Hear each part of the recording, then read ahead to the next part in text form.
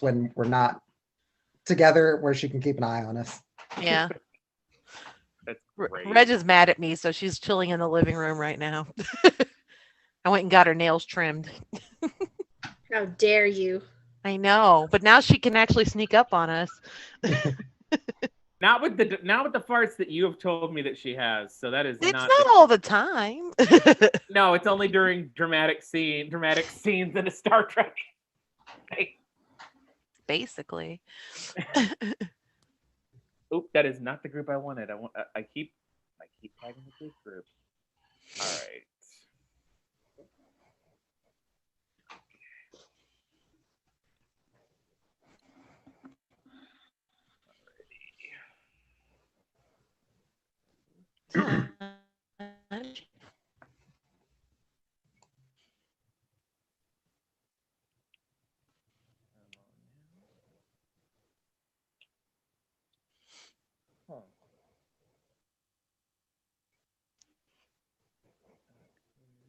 All right. The links are in the group. Are we ready? Cool. Yes. So, hello everybody. Welcome to the Not Ready for Quarantine Players. We're back already. It's only been a week, which Ginger and I were both like, oh my God, it's only been a week.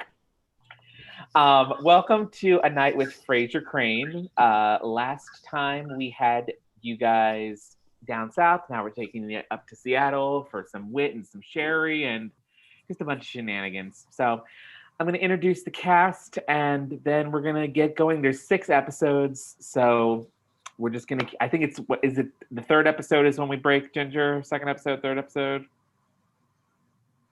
You're muted. After the 3rd episode, so just 3 and 3. Yeah. Got it. So, and we are raising tonight money for the National Alliance on Mental Illness. So, if you can give, we'll talk more about that at the beginning of Act 2. So, I want to start off tonight by welcoming the Crane brothers. We have Frasier Crane, Sean Watson, who has apparently been prepping his entire life for this. Born and raised for this role. In the role of his brother Niles, who wore us down to do this night, and I'm totally on board with it. Luke Suckington is back. Harry, anyone? In the role of Frasier's manager Roz, we've got Ginger Fahrenheit. In the role of Frasier's dad Martin, we've got Cadaver Daddy-O back. This sweater is like amazing. It's my favorite stay-at-home sweater, and it feels really appropriate for the role. Totally. In the role of Daphne Moon, I've got Liz Davidson back. She wanted this role. I'm excited. Hello. Oh, I'm getting a bit of a psychic vision. In the role of Frasier's ex-wife, Lilith, we have Michelle Wynn back. And helping us out tonight as varied extras, we have Daniel Cook and Jonathan Yecki back. Hello, Seattle. I'm calling. So I'm narrating tonight, and we are going to get things on the road with none of any of these things. That is tarot readings that I don't even need right now. I thought I had this up. Yeah, I know, slacker. So professional. Hey, close enough. That's right. Close enough. Y'all getting tarot readings tonight. I mean, to be fair, Not Ready is in our title. So. I do believe I said something about a psychic vision, didn't I? Oh God! All right, I'm just going to use the group one for now until it loads. So we're starting with episode 1, which is from season 1. It's episode 16, the show where Lilith comes back. Act 1, scene 1. KACL. Frasier is doing his show. So, Dr. Crane, I just don't know what to do about my weight. I've tried diet after diet, from the milkshakes 3 times a day to that scary bald-headed lady on TV. Nothing seems to work. Hank, listen to me. You've got to look inside yourself. There's a part of you that isn't being fed surprise nut cake. Well, it certainly isn't my butt. Yes, well, I'm talking about your inner self. What isn't being fed there? Love, career, simple self-esteem. There are deeper issues at work here. So what do I do? Well, I'd suggest extended therapy. Please stay on the line. My producer will refer you to the help you need. Roz, who's our next call? We have someone on the line who disagrees with your advice to Hank. Oh, really? Hello, you're on the line? Congratulations, Frasier. You've done it again. Frasier goes rigid. Roz watches with delight. You've led another unsuspecting innocent down one of your dark, dead-end Freudian hallways. Lilith? Overeating is very simply a behavioral problem caused by negative reinforcement. It can be cured quite readily by behavior modification. I see. Well, Seattle, we have a celebrity of sorts on the line. This is my ex-wife, Lilith. What do you mean by celebrity? Oh, they know you. Roz, what exactly does call screening mean? It means I get to put on the air the calls I want to hear. Well, Lilith, what brings you to Seattle? The constant rain? I'm here for a convention, and I happened to hear your voice on the radio. I kept hoping you'd introduce Pearl Jam's latest hit, but much to my chagrin, you were doling out worthless little pellets of your psychiatric Pez dispenser. Roz is cracking up, obviously loving every minute of this. Well, I guess you'll be rushing off to your little convention now, and I suppose we'll have to catch up on your next trip. Actually, I'm not doing anything for dinner tonight. Really? Well, then you'll want to keep your dial tuned to 780 for Gil Chesterton's Restaurant Beat.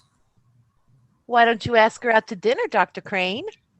Frasier hits the cough button again and gives Roz a glare that would melt through lead. She just grins at him. He lets go of the button.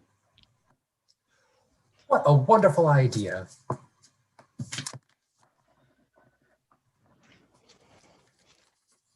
And let me tell you why, Seattle. You'll see, even though our marriage was unsuccessful, Lilith and I are quite capable of conducting ourselves as adults and even enjoy spending some time together from time to time. So, Lilith, 7 at my place? Sounds great. Frasier slams the paper against the glass of Roz's booth. It says, "You're fired." She holds up a manila folder on which is scribbled, "I'm union." Frasier sees. Fade out. The return of the magnificent Sternin. Scene 2, Frasier's apartment. It's evening. Frasier is setting the table for dinner. Martin is standing next to him. Niles is on the couch. In my day, when two people broke up, you were mad. You were angry. You hated each other. Whatever happened to the sanctity of divorce? You never knifed Lilith. She's weird. She's not weird. Oh, she's weird. Well, maybe she's a little strange. No, Maris is a little strange. Lilith is weird. Whiz, Dad, I had no idea you preferred my wife to Frasier's. Daphne comes out of the kitchen holding a cold beer can to her forehead. Oh, my head. Can I get you an aspirin, Daphne? Oh, no. I'm afraid those are useless. This is one of my psychic headaches. There's some kind of negative force out there. I only get them when there's a chlorine at the cosmic continuum. She hands the beer to Martin and heads back to the kitchen. Niles gets up and hops over to the coffee table. Perhaps if someone rubbed your temples. Niles. I'm sure she wants privacy while she contacts the mothership. Frasier, I must tell you, I'm here for support, but I will not speak to Lilith. Oh, Niles. This ongoing feud between you and Lilith is ridiculous. Let it go. It was years ago. I can't even remember what the fight was about in the first place. Well, let me refresh you. At our wedding, while Maris was reciting her vows, which she wrote herself, vows of love from the heart, I distinctly heard snickering. I glanced behind me and there was Lilith, her fingers pressed hard against her lips, her body shaking like a paint mixer. The doorbell rings. All right. Now, there she is. All right, now, listen. It's just one evening of your life. Will you at least try to be civil? All right, but I refuse to be warm. Frasier goes to the door and glances back to make sure everything is okay. Niles and Martin are standing uncomfortably side by side. Frasier opens the door. There's Lilith. Much as we remember her, hair done up in a bun, pale complexion, and a conservative but elegant dress. However, she is smiling and maybe a little nervous. Hello, Lilith. Frasier. Please, come in. She steps in. They start to shake hands and then decide to hug. Here, let me take these things for you. There we are. Oh, look who's here. Hello, Martin. Hello, Niles. Hello. Hello. Where's Maris? She's visiting her sister in Chicago. Oh, I thought perhaps she was sailing up the transplendent river of your love. Lilith smirks. Niles' jaw drops with outrage. Frasier, I love what you've done with your apartment. Thank you. You have very beautiful things. The settlement is final, Lilith. Lilith sits on the couch. Eddie jumps up beside her. Go away. Eddie jumps off the couch and runs away. Why does he listen to you and not to me? By the tone of my voice, he senses I mean business. Oh, I see. You're saying your voice is more commanding than mine is? Hell, I took half a step before I realized she was talking to the dog. Daphne comes out of the kitchen still moaning. Oh, hello. Ooh, I've never had a throbbing like this. Daphne, this is my ex-wife, Dr. Lilith Sternin. Lilith, this is Daphne Moon, my dad's physical therapist. Daphne and Lilith shake hands. It's nice to meet you. An equal pleasure. When I shook hands with that woman, I lost all feeling in my arm. Niles heads for the hallway. Frasier, I'm going to pop into your bedroom and use the phone. Maris was developing some sniffles. I just want to make sure she's taking in enough liquids.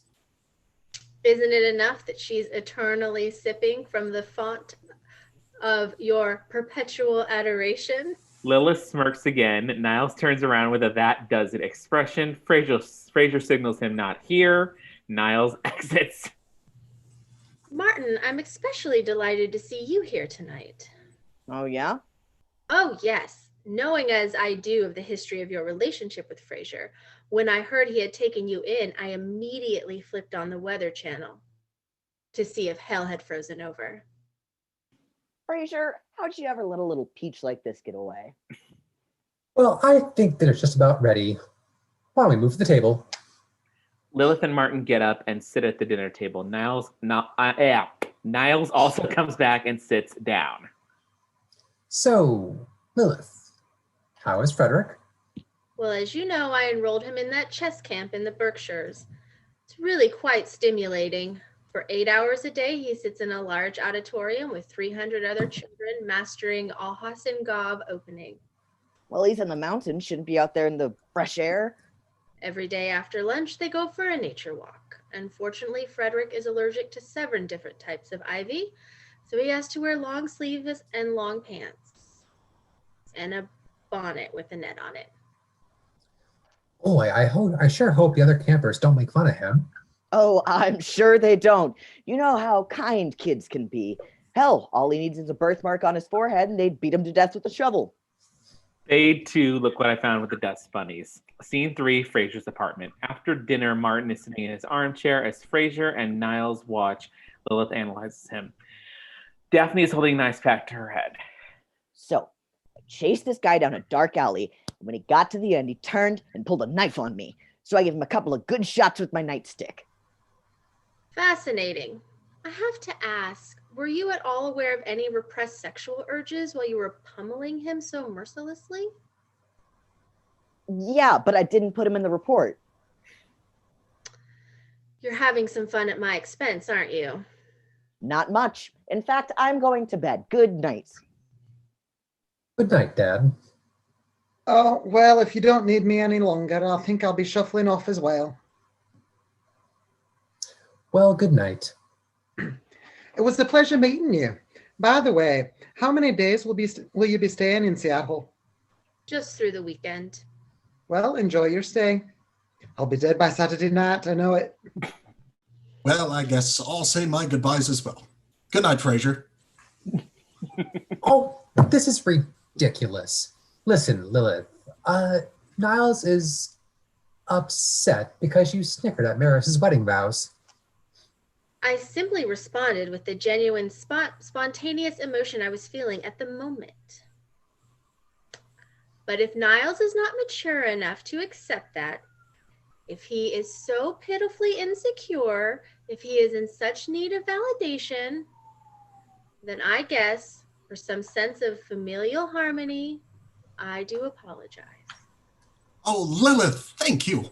Oh, this bad blood between us has gone on far too long. Next time you're in town, we'll have dinner. Just you and me.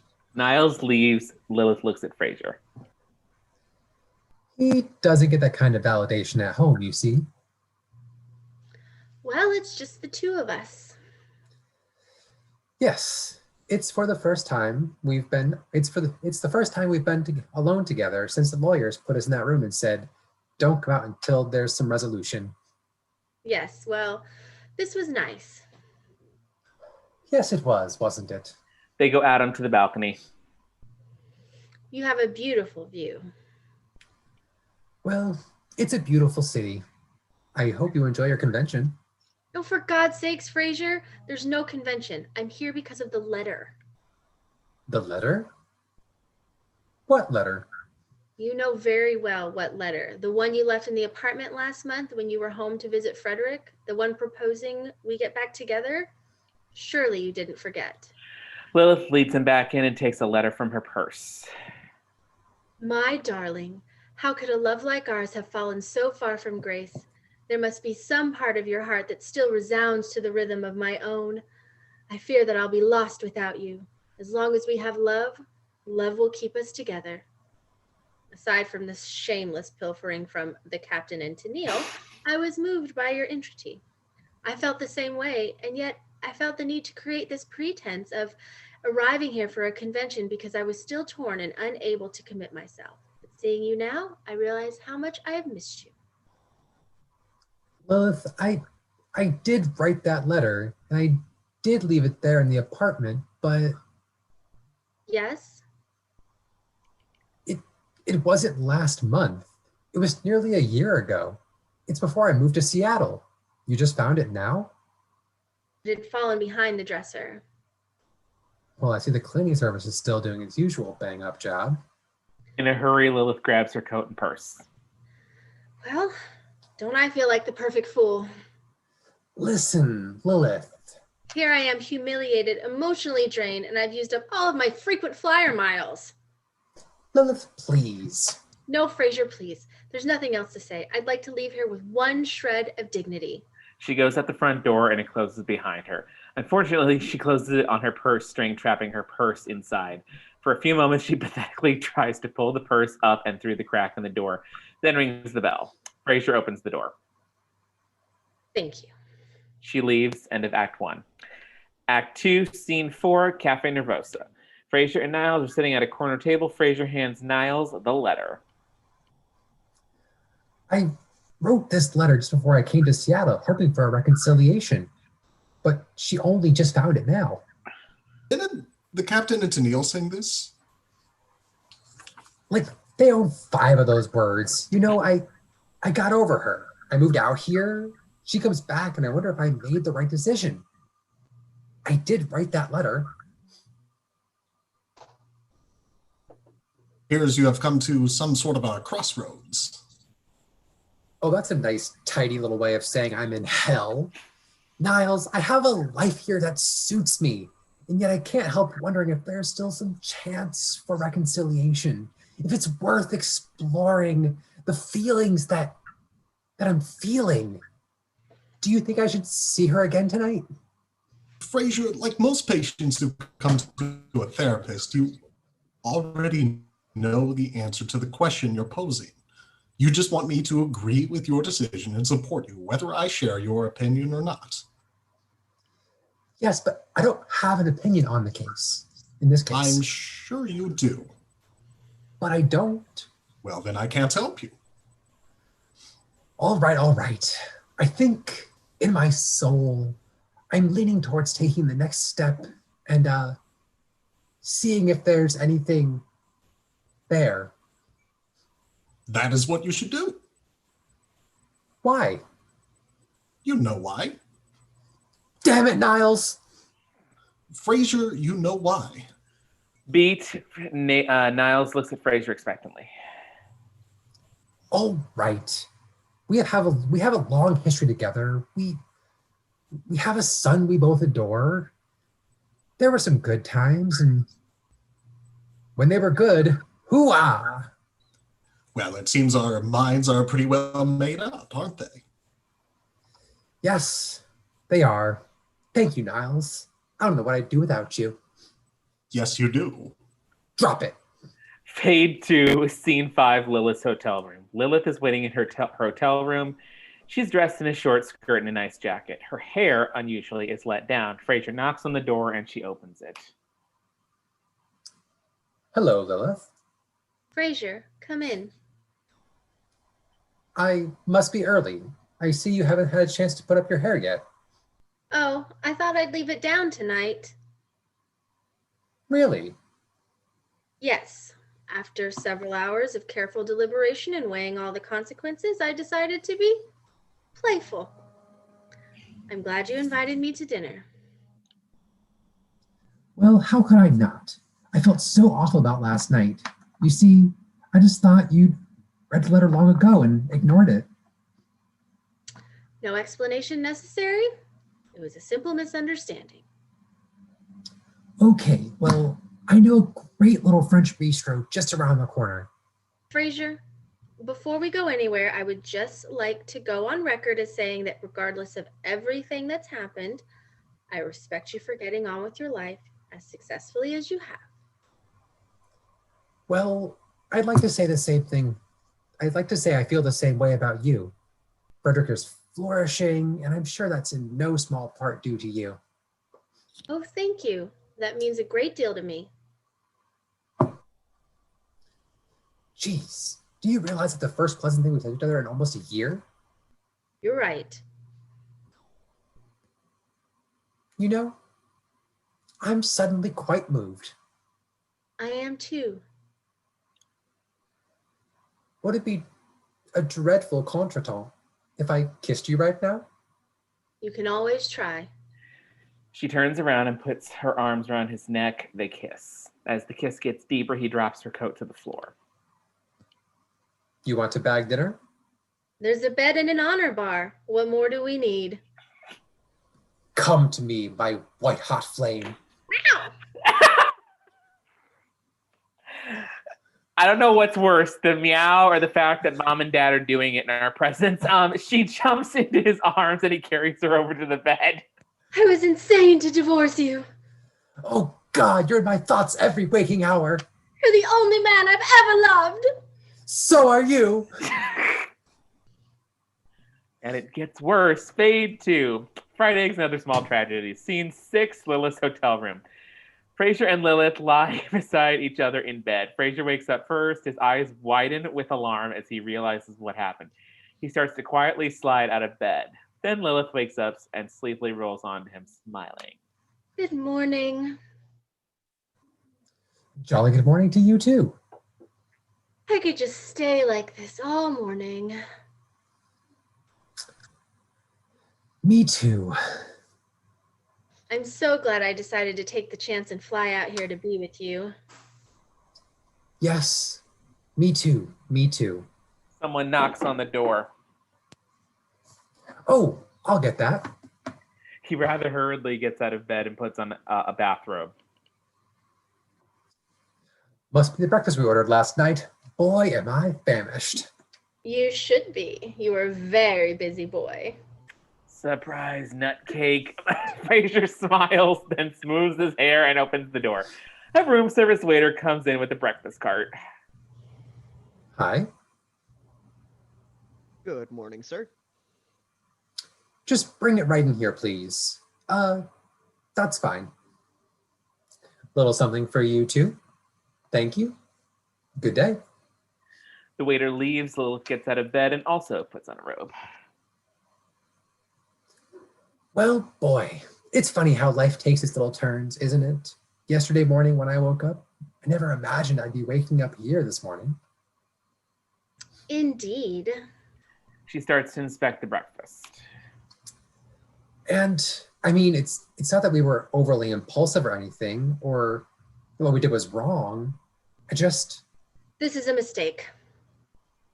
Oh, thank God you said that. Oh, it's not that last night wasn't very enjoyable, but who are we kidding? You've gotten on with your life. I've gotten on with mine. I've got a new career. I've reestablished relations with my family. I've got a whole new set of friends. For the first time in years, I'm happy. I mean, for us to even consider getting back together, it's just the stupidest thing two people could do. I meant the eggs. I ordered poached, not fried. Well, you didn't let me finish, you see. After I played devil's advocate. Frasier, don't insult me. That's how you really feel, isn't it? I'm afraid so. Lilith begins to cry, and this is the second show in a row we've made Michelle crying. Oh, Lilith, why are you crying? God, I'm sorry. Once again, I've led you down an emotional primrose path. Lilith, I never meant to hurt you. I don't blame you if you're mad at me. I'm not mad at you. I'm mad at me. I don't even know what I'm doing here. I've just been so lonely over the last year, and then I found your letter, and it was like a life preserver. I'm raising a child alone. I'm scared. I always thought of myself as strong and independent, but the truth is, I'm afraid. I guess that's why I convinced myself that I was still in love with you. You mean you're not? No, I'm not. Well, that's good. So then what happened last night was only because you were lonely and I was... We all know what you were, Frasier. She starts to cry harder. Oh, Lilith, here. Come with me here. Now, listen, look in there. Tell me what you see. All right, I'll tell you what I see. I see the same strong-willed, dynamic, intelligent woman I married 7 years ago. Listen, you're just suffering a temporary lapse. Divorce does that to you. Listen, I won't say anything as trite as someday you'll find someone, but I know this. I know you. I know that no matter what the future holds in store for you, you'll handle it. Why'd I just mute myself if I knew I was going to need to say something? She smiles and kisses his cheek. Thank you, Frasier. You hungry? Yeah. Okay. Frasier goes to the cart and starts setting places at the coffee table. You always know how to buck me up when I'm feeling blue. Yeah, well, you helped me through some pretty hard times yourself. You know, those married years weren't all bad. We did have some good moments. The best one was Frederick. We'll always have that. That's really weird to describe your child as a moment. She smiles and brings her food to the table. And, I can't help telling you this. Even though we're not in love anymore, you were always the most exciting lover I'd ever had. I think in your heart of hearts that you'd say the same about me. Silence. They screwed up the toast too. I ordered surprise nut cake. Lilith. She gives him a sly look that helps us understand why he fell for her in the first place. They start to eat breakfast, and I'll read the credits. Maybe during the last one, I'll sing. We'll figure it out. Daphne lies on the couch, sipping herbal tea and holding an ice pack on her head. On the runway, Lilith's plane lifts off. Daphne suddenly sits up, takes the ice pack away, and sighs with relief. Oh, thank fucking God. Okay. 1 down, 5 to go. All right. See, episode 2, season 1, episode 24, My Coffee with Niles. Act 1. Scene 1, Cafe Nervosa. It is a very busy day and all the tables are occupied. Niles is standing at the counter, speaking into his cellular, that's how old this script is, phone. He is giving directions to Maris. Meanwhile, Frasier walks in. Calm down, dear. No, calm down. Listen. Take a left, and then a second right, then a left again. Is Maris lost again? Yes, she wandered into the kitchen by mistake. I had to guide her back to the living room. It's kind of busy. Any chance of getting a table? Oh, not at the moment. The table by the window received their check 5 minutes ago, and they have been sitting there yammering away ever since. I've been shooting them dirty looks, but they haven't budged. Show me the look. Niles pulls a one eyebrow look in a strict sort of way. They're there I call for this a blue while. steel. Meantime, shall we go ahead and order? Oh, why not? What are your coffees today? Zimbabwe, Kenya. I'll have a Zimbabwe latte. I'll have a Kenya cappuccino. So, what's new?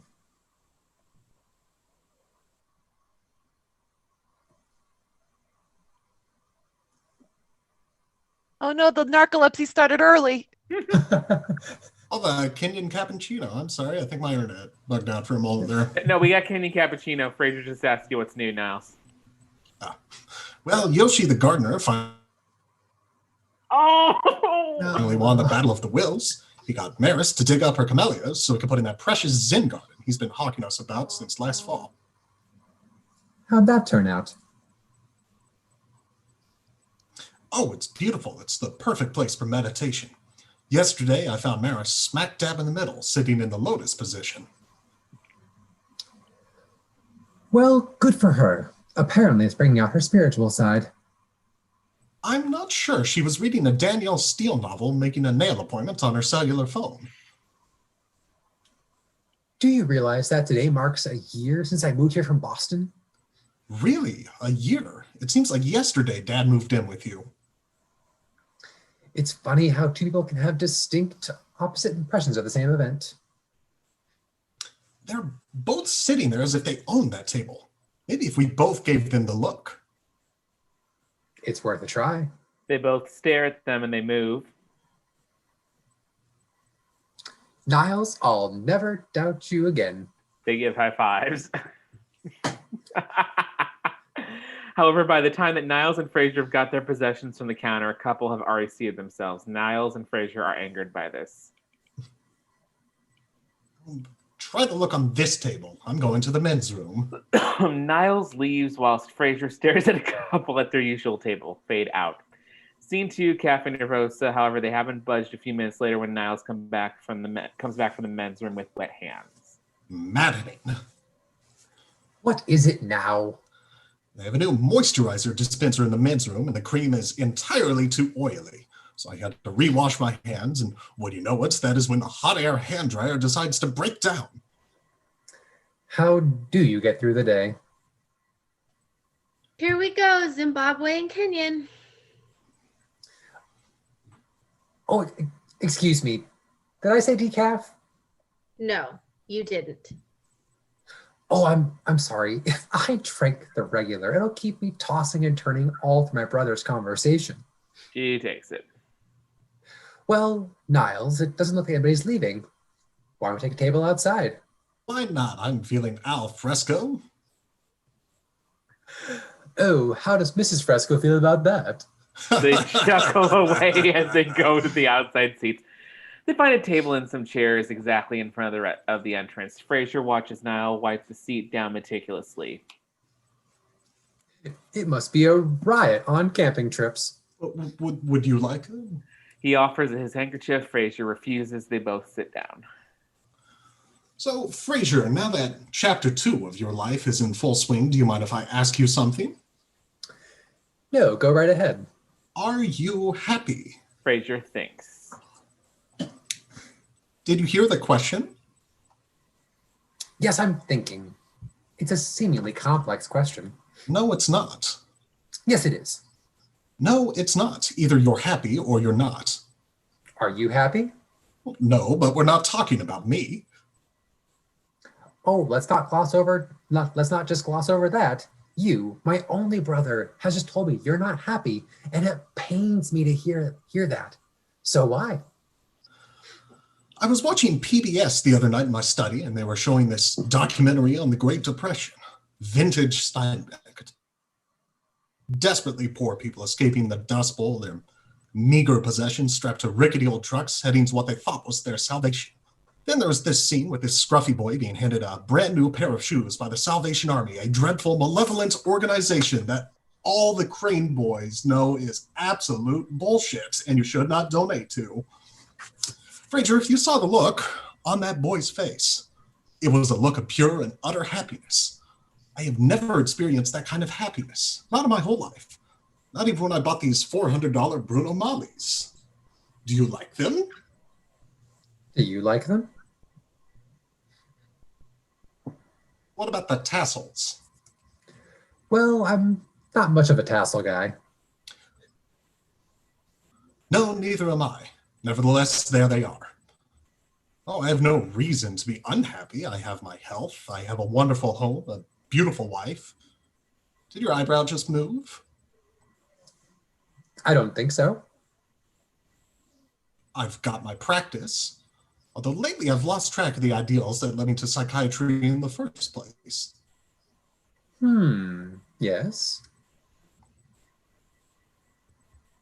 Oh, look who I'm talking to. Psychiatry's answer to the drive-through window. You know, sometimes I wonder if I'm not just in psychiatry for the money. Oh, I wouldn't say that's true. In a word, forget it. What were you going to say? I'd rather not. Well, there's no need. I think I know what you were getting at. You've been wanting to ask me this for years. Did I marry Maris for the money? I resent that.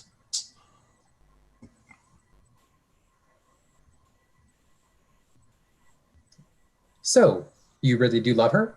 Of course I love her, but it's a different kind of love. You mean it's not human? No, I mean it doesn't burn with the passion and intensity of a Tristan and Isolde. It's more comfortable, more familiar. Maris and I are old friends. We can spend the afternoons together, me at my jigsaw puzzle, she at her auto harp, not a word spoken between us, and be perfectly content. I'm told it was a lot like that near the end of Hitler's household. Oh, fine, let's shift the subject back to where it belongs. This whole thing started with me asking whether you were happy. And don't think about it this time, just answer. Oh, well. Hey, guys. Hi, Roz. Hello, Roz. What are you doing here? Well, I always wanted to learn to fly a jet, and today they're offering a special on jet flying lessons, so I thought I'd come by and just take advantage of it. I came to get coffee. Well, thanks for stopping by. I'd have been mad if you didn't. I'm also meeting someone here. Oh, let me guess. A man? Yes. Yes. The new guy from the news department, Andy Winslow. He's really cute, and he caught me checking him out when he was bending over in the water fountain. Ah, love at first sight. Anyway, he said, why don't we get some coffee and get to know each other? And I don't know, Frasier. I've got a strange feeling this guy might be the one. Oh, Roz, honey. You say about every guy you meet. Let's just see if this one calls back. Yeah, I guess, I don't think he's here yet. I'll just go and snag a table inside. Good luck. Bye, Roz. Yeah. I don't think she likes me. Niles, it isn't a question of liking or not liking. She despises you. Really? Why would I warrant such strong emotions? I barely acknowledge her existence. I think you might be onto something there, Sherlock.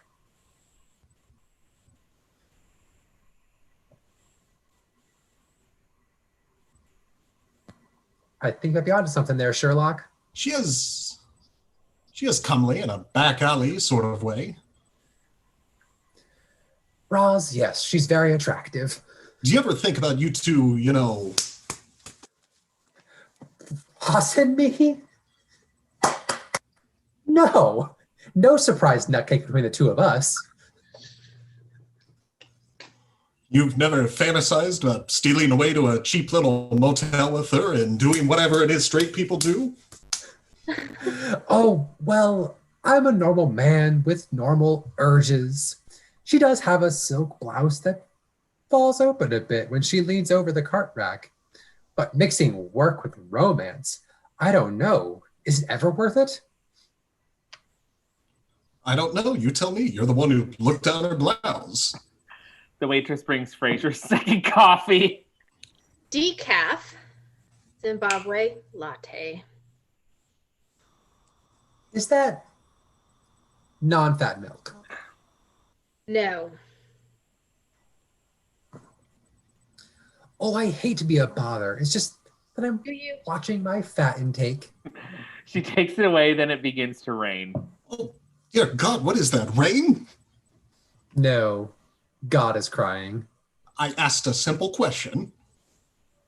Do you ask any other kind? Niles and Frasier walk in and see Roz, who has managed to get their usual front row table. They see a group moving near the bookcase, so they head over there, but a couple get to it first. The people on the window seat move, so they dash over there. A man is just about to get there, but Niles blocks him out of his way. They finally sit down. Good work there, Niles. I think I just wanted it a little more than he did. Boy, it's really coming down. What? What? Oh, just something had happened the other morning. I asked Dad to pass me a bran muffin. You know what he said to me? He said, "What's the magic word?" You're kidding. He didn't think it was very amusing when I said, "Rest home."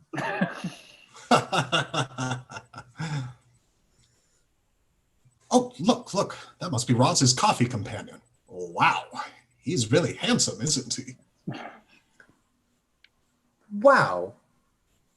Did you just say wow? Good Lord, I did. I've never said wow when describing another man before. I wonder if that means something. Oh, absolutely. It means you're a gay man. Your life with Maris was a charade and you should have come out of the closet years ago. Are you going to tell Dad or shall I? Meanwhile, a rather wet Daphne and Martin enter with Eddie by their side. This was stupid. The whole thing was stupid. Admit it. It was not stupid. You needed your exercise. What was stupid was you came out without your bumper shoot. It's called an umbrella. Speak English, can't you? I'm sorry, sir. No dogs allowed. What? Oh, I'm sorry. It's okay. It's okay. Niles? Yep. Hello, Dad. So, Dad, what are you two doing here? Well, I thought we needed some exercise and I had to come down here to pick up some beans anyway. So we walked. Well, two of us walked. One of us had to be dragged by his collar. Hey, I told you I didn't want to come here in the first place. Look at me. I'm going to die of pneumonia. Oh, you'll outlive us all. The cranky ones always do. Niles goes to the counter with her. Dad, let's get you something hot to drink. Cappuccino? Latte? Can I help you? Coffee, black, and don't put anything fancy in it. We have 2 special coffees. I'll surprise you.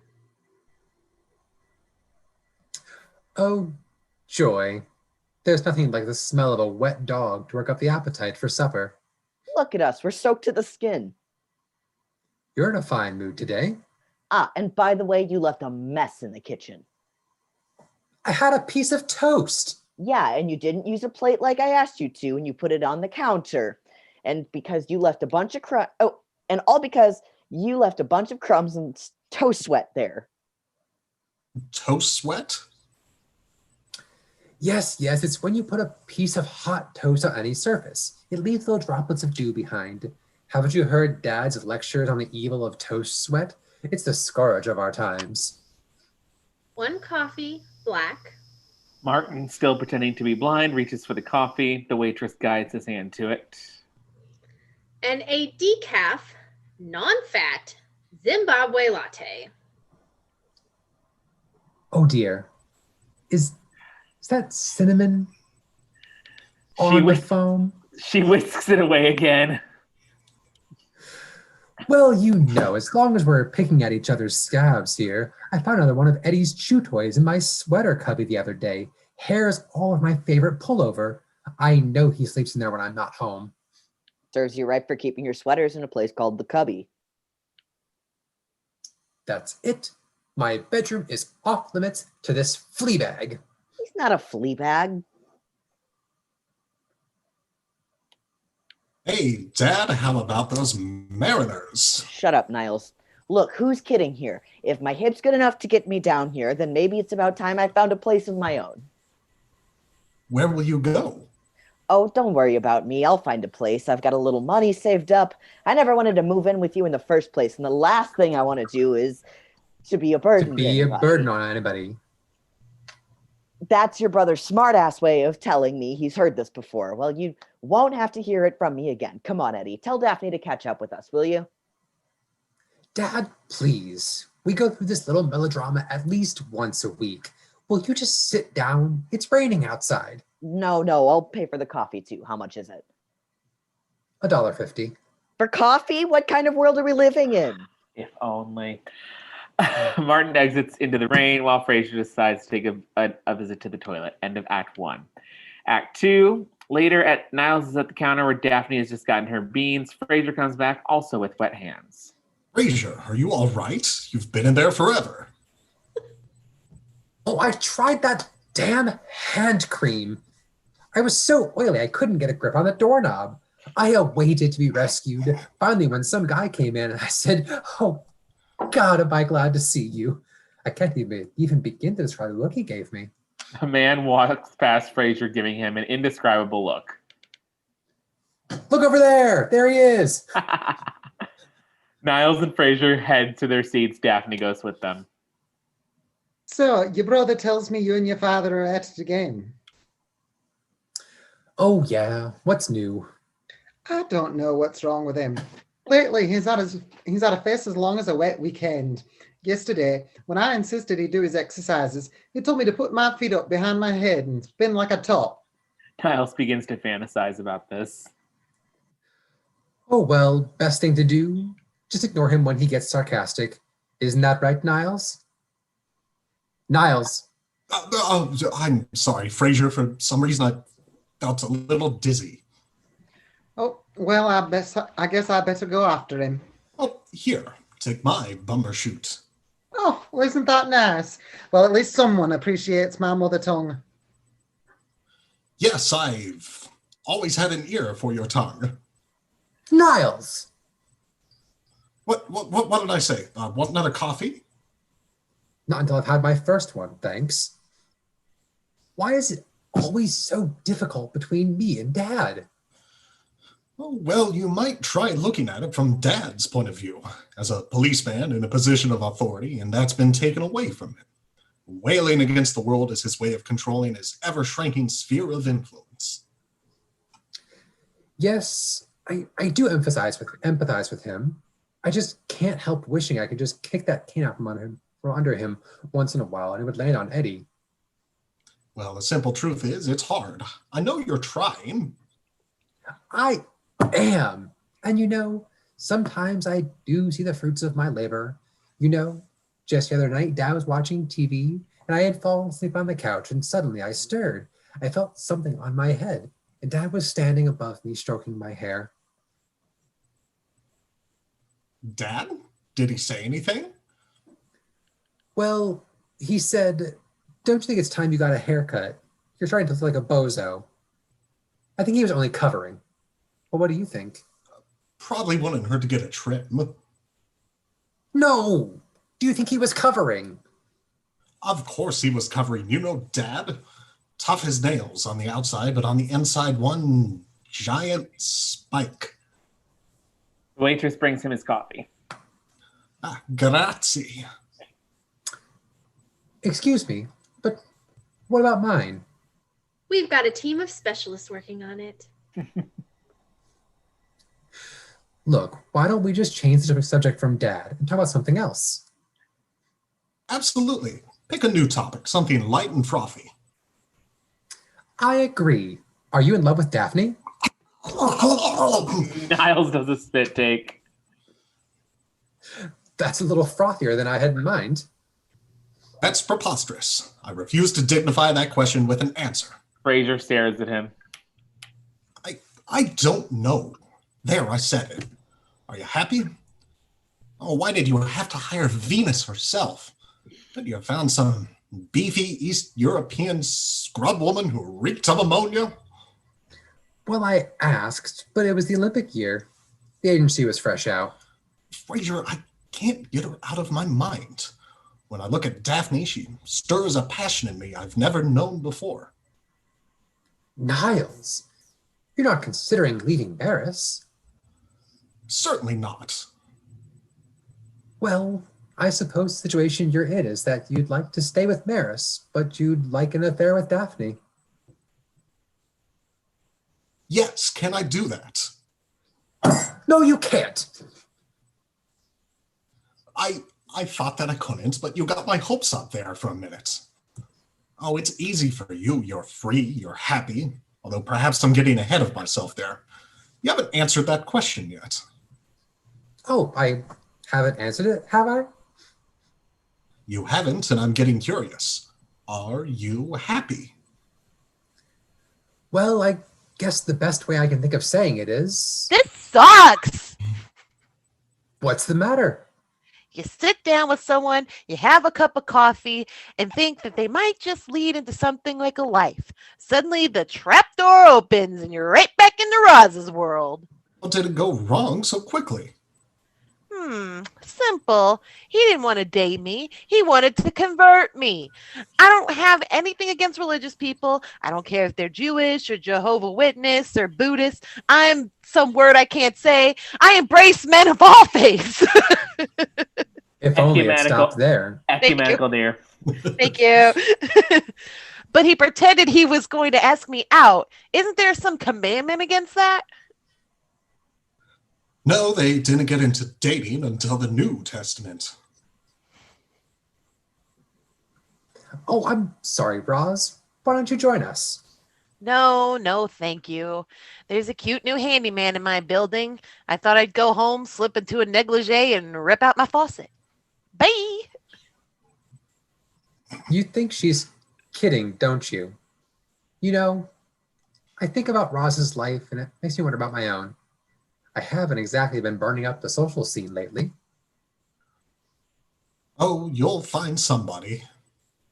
But what if I don't? What if I end up old and alone? I might just have to buy a funny little dog and move in with Frederick. I guess I don't need to worry about that for a while.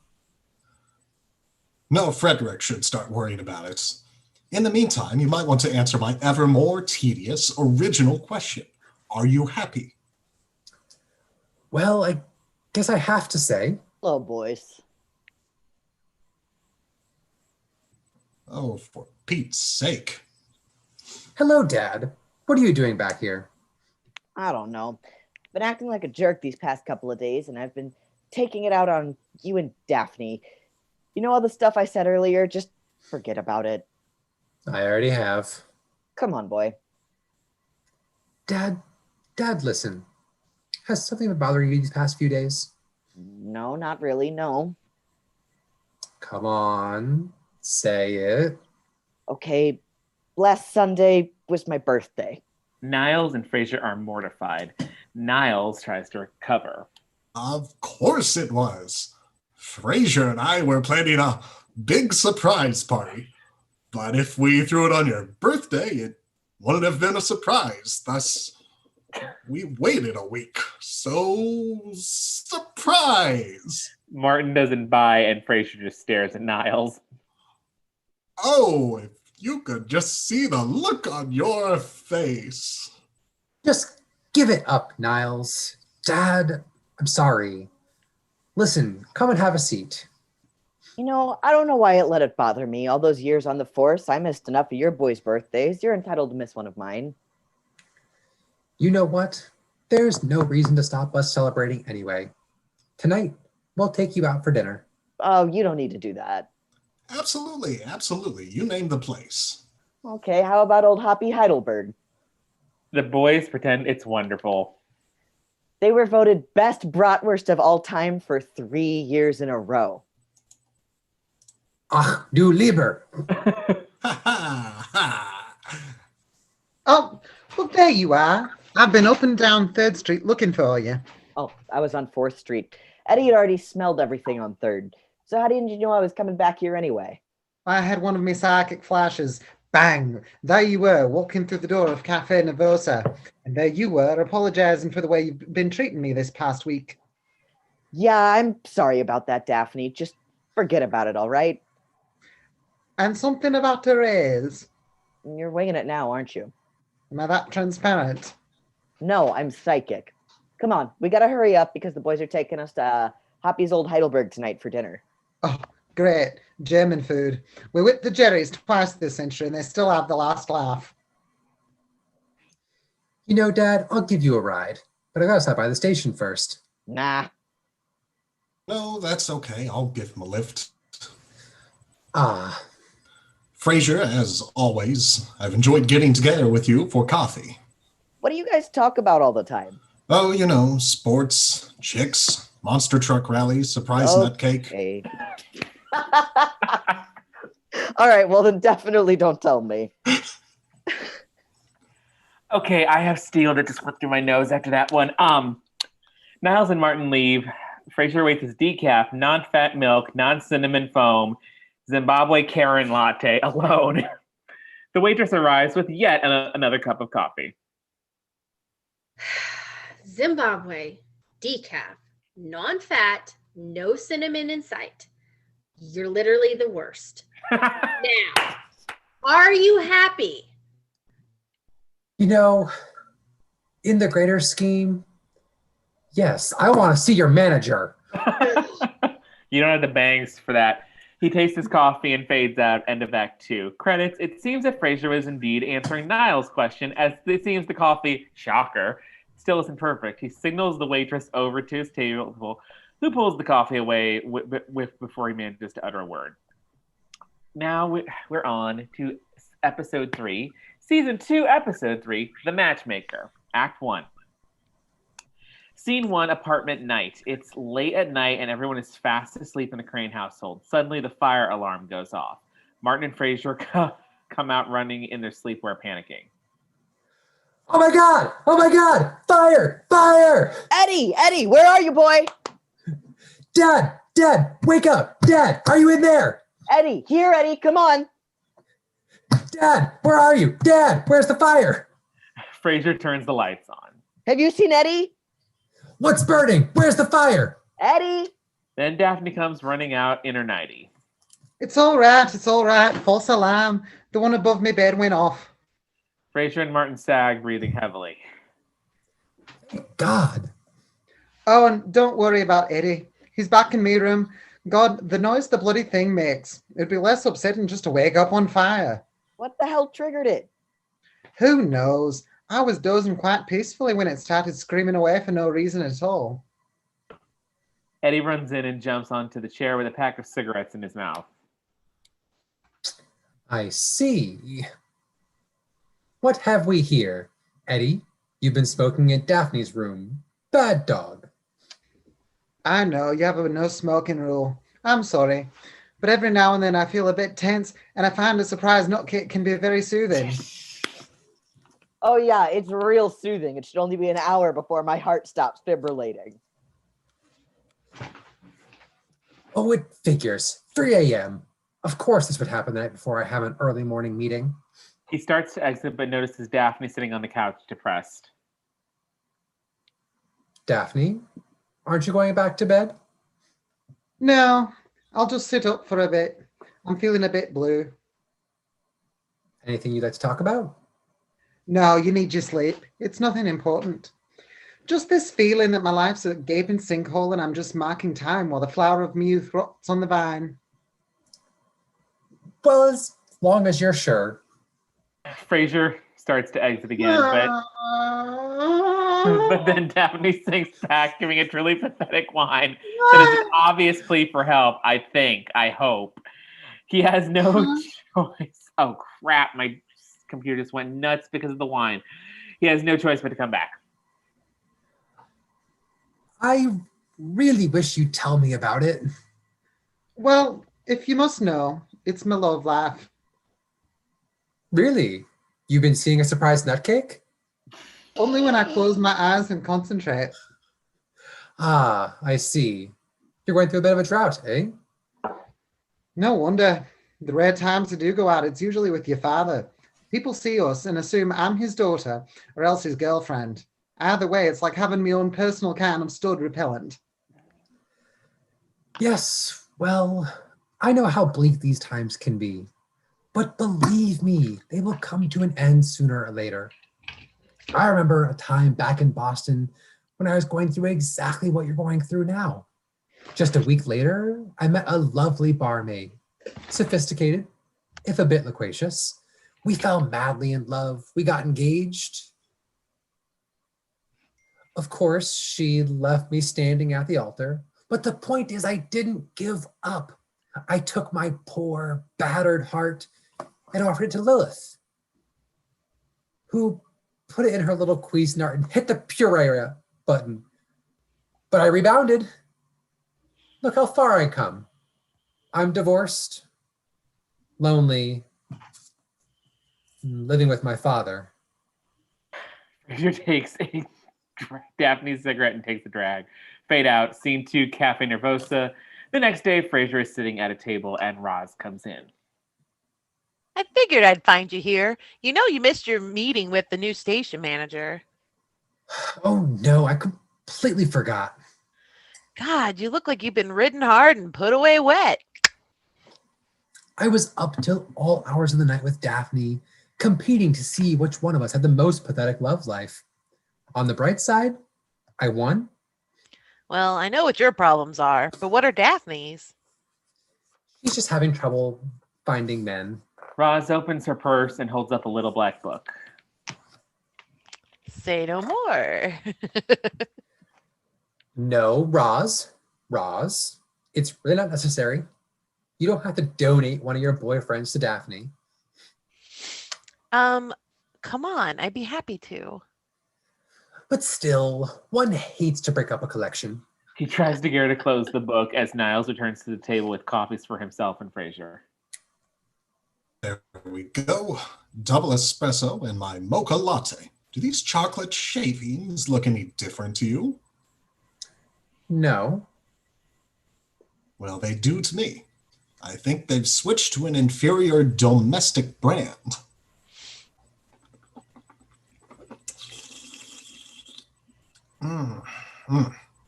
Waxy. Oh, here we go. Sven Bachman. He's an aerobics instructor. I don't think so. Oh, he's perfect. This one's perfect.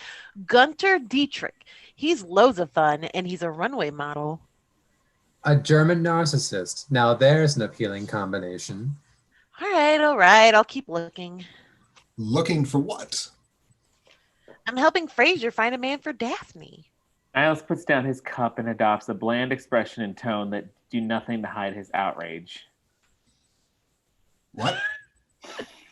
Here we go. He's a tennis instructor, and his name is Brick. Oh, dear God, Frasier. Sven, Gunther, Brick. Why not just lather Daphne up with baby oil and hurl her over the wall of a prison yard? Excuse me, but I've dated all of these guys. Well, where do you think I came up with the imagery? This makes Roz really furious. Justifiable. Listen, you little titmouse. Niles' temper also flares. All right. Niles, you are completely out of line here. And Roz, he does have a point. You and Daphne are entirely different kinds of women. Whilst Daphne is very shy and inexperienced, you are more, well, a lot more. Well, actually, it's hard to find anyone who's more. Oh, I get it. No man I've ever dated is good enough for Miss Daphne. Is that what you're trying to say? No, it's what I'm trying to not say. You're not making it very easy. Oh, well, I'm out of here. Oh, Roz, please wait. Oh no, I can't stay. The fleet's in. She storms out. Fade to scene 3, KACL. Frasier is doing his show, but waiting while a piercing tone sounds over the air. Frasier resumes when it finishes. And this concludes our test of the emergency broadcast system. Had this been a real emergency, your radio would be melting in your hands. We'll be right back after these messages. He goes to commercial. Roz stalks and slams a half-eaten donut onto his console. In the future, please keep your disgusting, half-eaten food off of my console. In fact, just stay out of my sight. You're still mad at me, I can tell. And there's the keen sensitivity that keeps you in such demand with the ladies. She goes back into her booth. He follows her.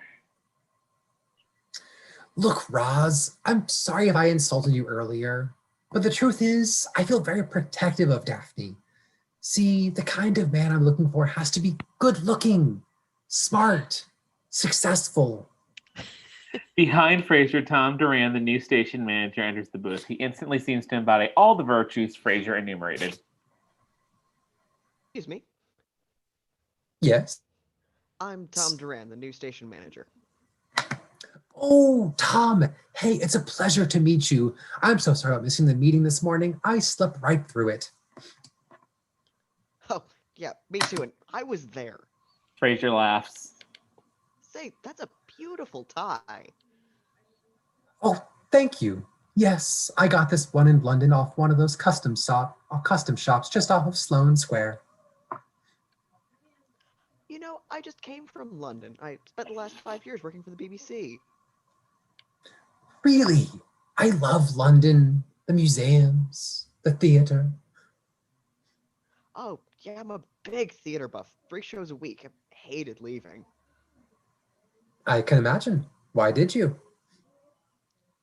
Well, I just kind of went through a messy breakup. I thought I'd sleep better with a continent between us.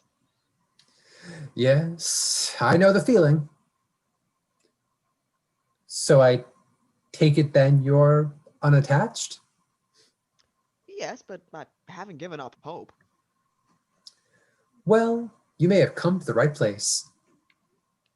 Really? Yes. You say you're very fond of the English? Oh, yes, very much. You know, I think I've always had a weakness for people who are just a little eccentric. Really? 15 seconds. Well, it was nice meeting you. Likewise. I only wonder where this will be going. Frasier sits at his console. Tom starts to leave. Say, Tom, this may sound like short notice, but if you're not busy Saturday, why don't you come round my place for dinner? Nothing fancy. That. Great. Tom exits through the door and Frasier goes on the air. Hello, Seattle. We're back. Roz, whom do we have up next? We have James from Tacoma on line 1. Hello, James. I'm listening. Tom walks down the hall and enters Roz's booth. While Frasier is engaged with his caller, Roz gets up and starts checking the carts on the wall.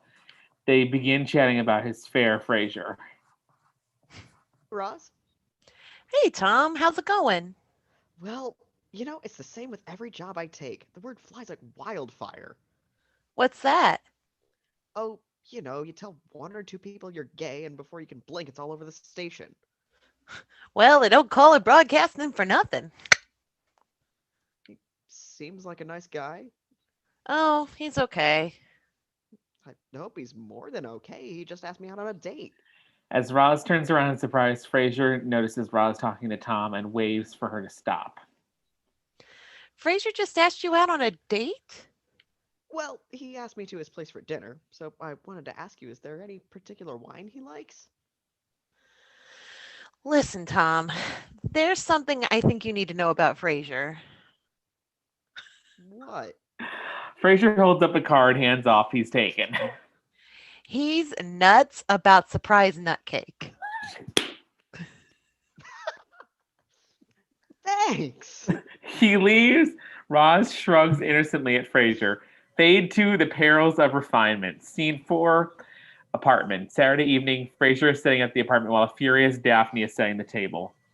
Does he ask permission first? Oh no, he just badges in and says he's setting me up with God knows who, and I'm supposed to turn cartwheels like I'm bloody Cinderella. Will you please relax? Look, I told you, this is not a setup. Tom doesn't even know you'll be here. Oh, an ambush then. Much nicer. My girlfriends in Manchester used to set me up all the time, and it was always some gangly bounder with a boarding house reach. And he wasn't going for the Coleman's hot mustard, if you know what I mean. Just keep in mind, Tom is a coworker who's coming by for a pleasant little dinner. If some sparks should ignite, then fine. But there's no pressure, absolutely no pressure. Is that what you're wearing? This is just a lovely display for Frasier, but what do you expect from Kelsey Grammer? Daphne looks down at her fairly plain house dress. Why? What's wrong with it? The doorbell rings. Don't you have a little more oomph? Oh, what about that strapless number you have? Do you have any idea how uncomfortable a strapless bra is? Well, thanks to my fraternity days, as a matter of fact, I do. Try sleeping tonight, picturing that. He motions for Daphne to go and change, which she reluctantly does. He opens the door to Tom, dressed in a casual suit and carrying a surprise nut cake. Tom, come on in. Frasier? Good to see you. Oh, I don't know. Something told me you might like Chardonnay. Oh, that's my favorite. So what do you think of this place? That's a hell of a view. It's even better from the bedroom. Tom reacts to this, but Frasier doesn't realize. Why don't we just start with the drink? Frasier laughs. Oh, 4 places. Who's joining us? Oh, just my little household. My father and his charming physical therapist, Daphne. You live with your dad? I can't even imagine that. I mean, it's great that you get along so well, but doesn't having him here put a crimp in your love life? Oh, not at all. Except for when I bring my dates home, he tries to steal them. Tom reacts to this as well. He's quite the old rascal. Daphne enters in a short red strapless dress. Well, look who we have here. Tom, I'd like you to meet Daphne. Daphne, this is Tom Duran. Pleasure to meet you.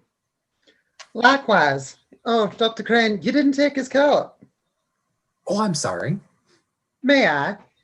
Tom turns around. As Daphne takes his coat, she turns to Frasier ecstatic and mouths, "He's gorgeous. Thank you. Thank you." Frasier mouths back, "You look fabulous. You look fabulous." They stop as Tom turns around again. She drapes the coat over her arm and starts to carry it to the rack, then stops.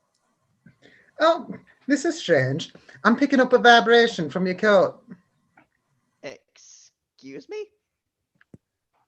Yes, well, Daphne feels she possesses psychic powers. You know, those English eccentrics.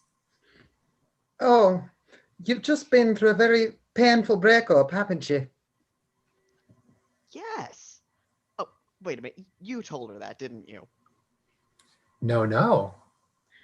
There was a bitter dispute about ownership of opera recordings. Whoa. Having made her mark, Daphne makes a graceful exit. Now, If you'll excuse me, I'll nip into the kitchen. I have a bird to baste.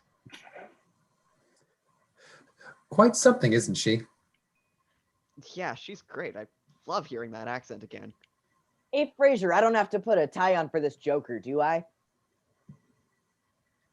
Tom, this is my father, Martin Crane. Tom Duran, nice to meet you. Sorry about that Joker business. I call everybody Joker, jerk, pinhead, bozo. And amazingly, he's free for dinner on such short notice. Why don't I just open some of this wonderful surprise nut cake? He goes into the kitchen where he checks on Daphne's feelings. Well, Oh, he's a looker. I'm glad you made me put on my lucky bra.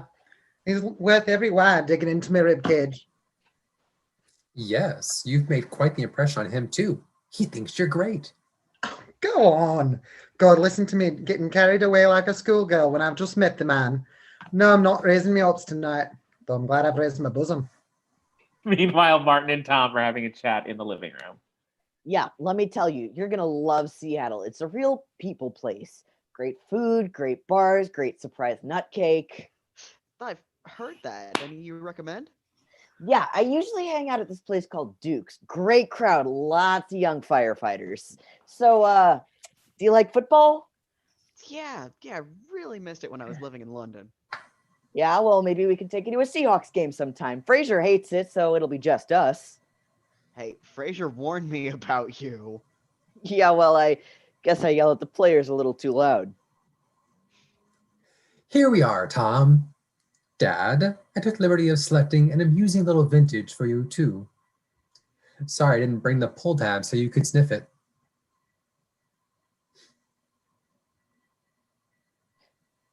Mercy Bowcoop. The doorbell sounds, so Frasier goes to answer it. Niles is standing there with a book. Hello, Frasier. Oh, thank you. I've just stopped by to return your book. Oh yes, thank you. Well, don't let me keep you. Am I interrupting something? As a matter of fact, I'm introducing a man to Daphne. Ah, guess you don't want me around then. Hi, how do you do? I'm Dr. Niles Crane. Hi, I'm Tom Duran. Bird's all done. Now all I need is a pair of big, strong arms to haul it out of the oven. Well, I certainly don't need to be asked twice. He quickly walks into the kitchen to Daphne's disappointment and Frasier's anger. End of Act 1.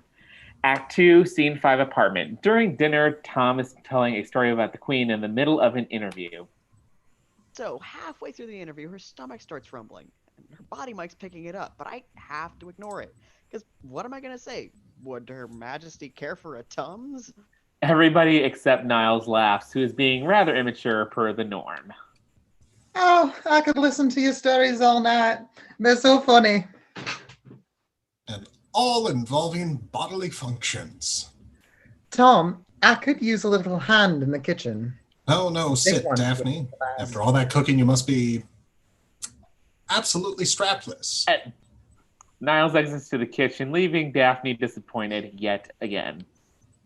In the kitchen, Niles puts a few things into the sink. Tom enters slightly piqued. Niles, can I speak with you for a moment? Yes. I was wondering, did I do anything that offended you?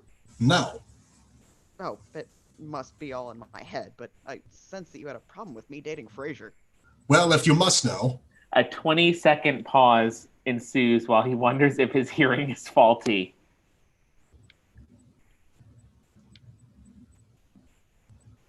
I'm sorry. What was the question? Do you have some problem with me dating your brother? Now Niles understands all and becomes as serene as a Buddha. No. Now, Niles, I didn't ask Tom to dinner so he could talk with you all night in the kitchen. There are others who would like to have a crack at him. Frasier and Tom exit. Niles just stands there with a small smile that threatens to explode into hysterics. Rocking slightly, he twirls on his heel as Martin enters with some plates. That Tom's a great guy, huh? You think maybe him and Daphne? Niles shakes his head, combining laughter with the negative mm-mm. On the balcony, Tom, Frasier, and Daphne are having a little chat. No, I can't remember the last time I had such a wonderful evening. Oh no, we should be thanking you. I can't remember when I've laughed so hard. From inside the apartment, they suddenly hear Martin roaring with laughter. They look and see him doubled over in the kitchen while Niles laughs along. You still got Mr. Crane going. Daphne, I think a little after dinner music would be appropriate. Good idea. She's quite the woman, isn't she?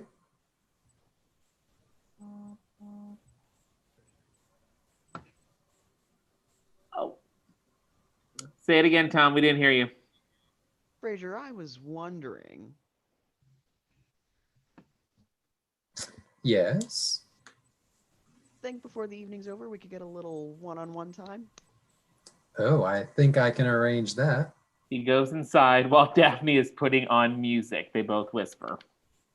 Daphne, Yes. he says he wants to be alone with you. No. Yes. This really is my lucky bra. Keep the wine flowing. I'll fix my lipstick. I'll put some on. Okay. She exits to her room. Martin and Niles come back from the kitchen. Yep, I guess I better be hitting the old sack. Don't want to stand in the way of a young romance. Thanks, Dad. Good night, Tom. Night, Martin. Martin exits to the hallway. And Niles, isn't it time you're running along too? Yes, I must be on my way. And Frasier, I must apologize. I was wrong about Tom. If I had to choose a man for Daphne, he's the one I'd pick. Good. Good night, Tom. Nice to meet you. Good night. Frasier, a word in your ear? Surprised, Frasier motions 1 second to Tom and follows Niles out the front door into the corridor. There's something I have to tell you. Dad wanted to, but I won the coin toss. Yes. What is it? Well, I had a little chat with Tom in the kitchen, and he told me he is interested in pursuing a romantic relationship, but the object of his affections is not Daphne. Damn that Roz. No, it's you. Surprise, motherfucker. Me? A motherfucker? That's impossible. Tom's not gay. He seems to be under that impression. Well, what on earth could have made him think I was interested in him? All I did was ask him if he was attached. And then we talked about the theater and men's fashion and surprise nutcakes. Oh my God. Niles, do you realize what this means? Yes, you're dating your boss. You, of all people, should know the pitfalls of an office relationship. Yes, but he just never mentioned the fact that he... I'll call you tomorrow, but not too early, of course. Frasier, sweating like a pig and red as a beetroot, re-enters the room. The romantic music that Daphne put on is playing. Tom is lounging on the couch, massaging his neck. His glasses are off, and he casts a sly look at Frasier that leaves no room for doubt.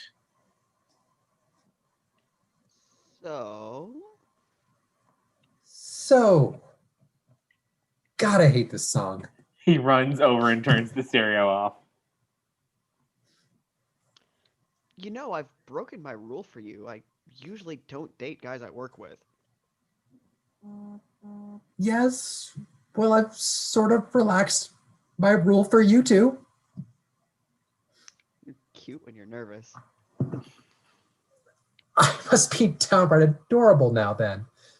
Listen, Tom, I'm sorry, but I think we may have gotten our surprise nutcakes crossed here. The truth is, I'm entirely straight. Hey, if you're not interested, just say so. Oh no, it's true, I really am. I just invited you to dinner because you seem so charming and you were so fond of the British. I thought you might be the perfect man for Daphne. Daphne enters from the hallway just in time to hear. I can't believe this. You really had no idea that I'm gay? Before I read this, I just want to, Liz, the lipstick is just Amazing. Daphne stops, unclaps her not so lucky bra, and walks back to her bedroom, checking the bra up in the air as she goes. The two men stand in embarrassed silence for a moment.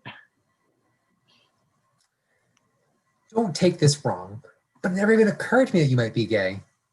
Well, it never even occurred to me that you might be straight. Thank you? Jeez, Tom, I just feel awful. Seems like I've been leading you on all night. Oh, it's okay. It's an honest mistake.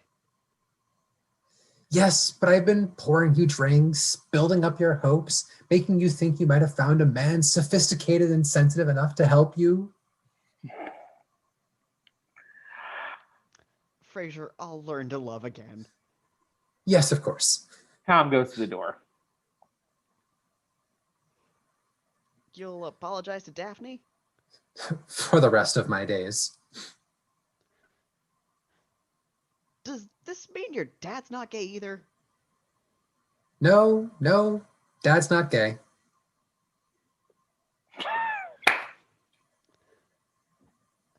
But, Niles, come on.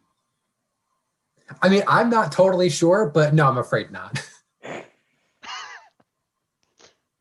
So, wait a minute. This Maris guy he kept mentioning is a woman? Well, the jury's still out on that one.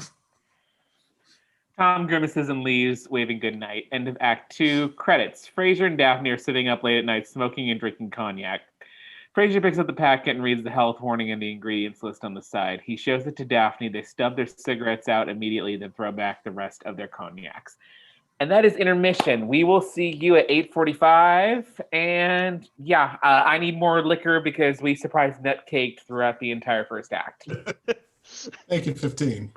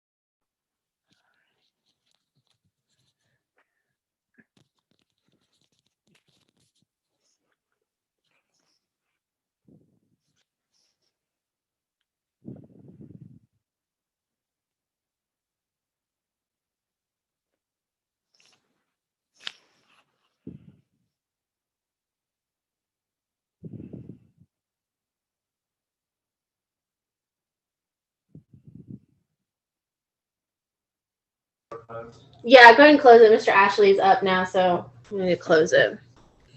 What were you motioning to? I assume Robert, if not Sid. What do you mean? What are you talking about? Yeah, it was Robert was feeding Finn, the baby kitty, and I was telling him yesterday he literally jumped into the bowl, like in it, while I was putting the food in it, and like it's so cute because he's obviously very food insecure because who knows how long he was living in that parking deck. But Poor Bubba. I know, but so when he eats, he does this little chirp purr thing while he's eating, and it's like, and then his like butt moves up and down, and then he tries to like climb into the food bowl because it's about as big as he is. Like he's like so happy when he gets to eat. Yeah. Y'all are killing Our second cat is a rescue, and she still gets on the counters to like eat butter or noodles or like any kind of oil. And I was like, really, she had a time in her life where like getting that couldn't happen. So she's like, yeah, we can't leave butter out in the open because she's just like, food. Mr. Ashley is pretty chill. I think it's because he was an adult cat, but Rollins, because she was all of our cats are rescues, but from the Humane Society. But Finn was the one that we found in the parking deck. But so Rollins was the runt of her litter, and so she was pushed aside. So when she was starving when she was brought into the Humane Society. So she still has food insecurity. Like she'll eat, like you have to put her portion of food in her bowl because if you put more than that, she'll eat it all. And then in the mornings, my neighbor leaves for work at the same time that I feed the cats, and I hear him walking to the elevator, and Rollins is like meowing like she hasn't eaten in weeks and that she's dying and she's starving, and it's so loud, and I can only imagine what he's thinking as he walks to the elevator every morning and Rollins is going while I'm trying to put the food in her bowl. It's like, It was Thursday morning. I woke up and like began to stir. And I have one cat. We've had him for over a decade. He's chill, like is a grazer in terms of eating. 8 o'clock in the morning, their food bowl is empty. River, the newer cat, comes in, and she's like this big around. She meowed for a good 45 seconds. Like, how are your lungs that big? But and then the food bowl's empty. She would just, I'm gonna let you know. And then Finn just jumps into the bowl while you're trying to put food in it. He's like, I'm ready. Let me have it. Y'all are killing it so far. Like I just keep laughing. And this, like the surprise nut cake, like it literally fits. It doesn't sound awkward. Like it literally just like fits everywhere you're putting it. No, it sounds awkward. Where did that come from? There's a line in Steel Magnolias that Clarice says about surprise nut cake. I don't know if it was in the movie. She said in the beginning, she said Drum, or when they're going for the surgery, she said Drum loves my surprise nut cake. That's what it is. Yeah. And then we all just started laughing. And then I said it's the new thing. Yeah. Because of course Drew had that line of all people. Yeah. Ginger, before you got on tonight, I was telling Sean and Michelle and a couple of the others. My favorite two things were so like just perfectly back to back last week. The line about, I'll try and put as much grease in his body as I can before it goes down, and shut up now, Weeza. Or Clary. And then the other thing, the thing that killed me, and I love when I was rewatching it yesterday, I was at my desk, was after the whole I got married and two of the dumbest did it, and then Drew just perfect timing. Your tone seems very pointed right now. God. Yeah, your guys' chemistry was it was the best part of the night. Because it was already there. Yeah, like. Yeah, Willem's like the only RuPaul girl that Drew will acknowledge. well, also Willem's, I mean, the best. learned from her mistakes as well, so. Growth. All right, another 5.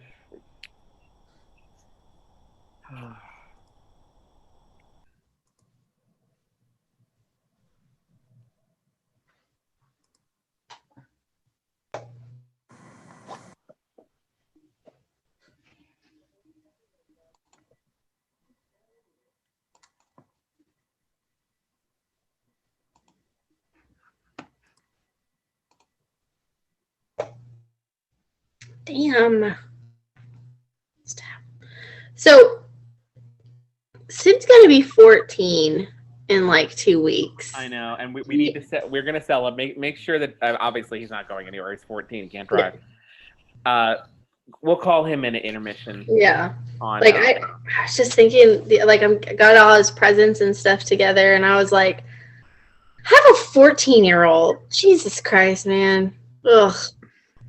And has this new thing now because like we listen to a lot of music together, and he thinks that I'm really old for some reason. So he's always like, "Oh, are they still alive?" Like we'll listen to something and be like, "Who's that? Are they still alive?" I'm like, "I'm not that old.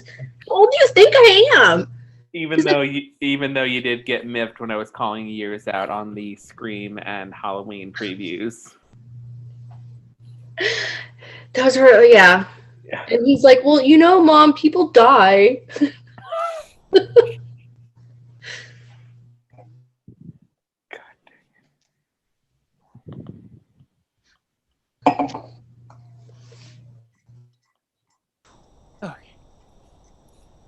Okay.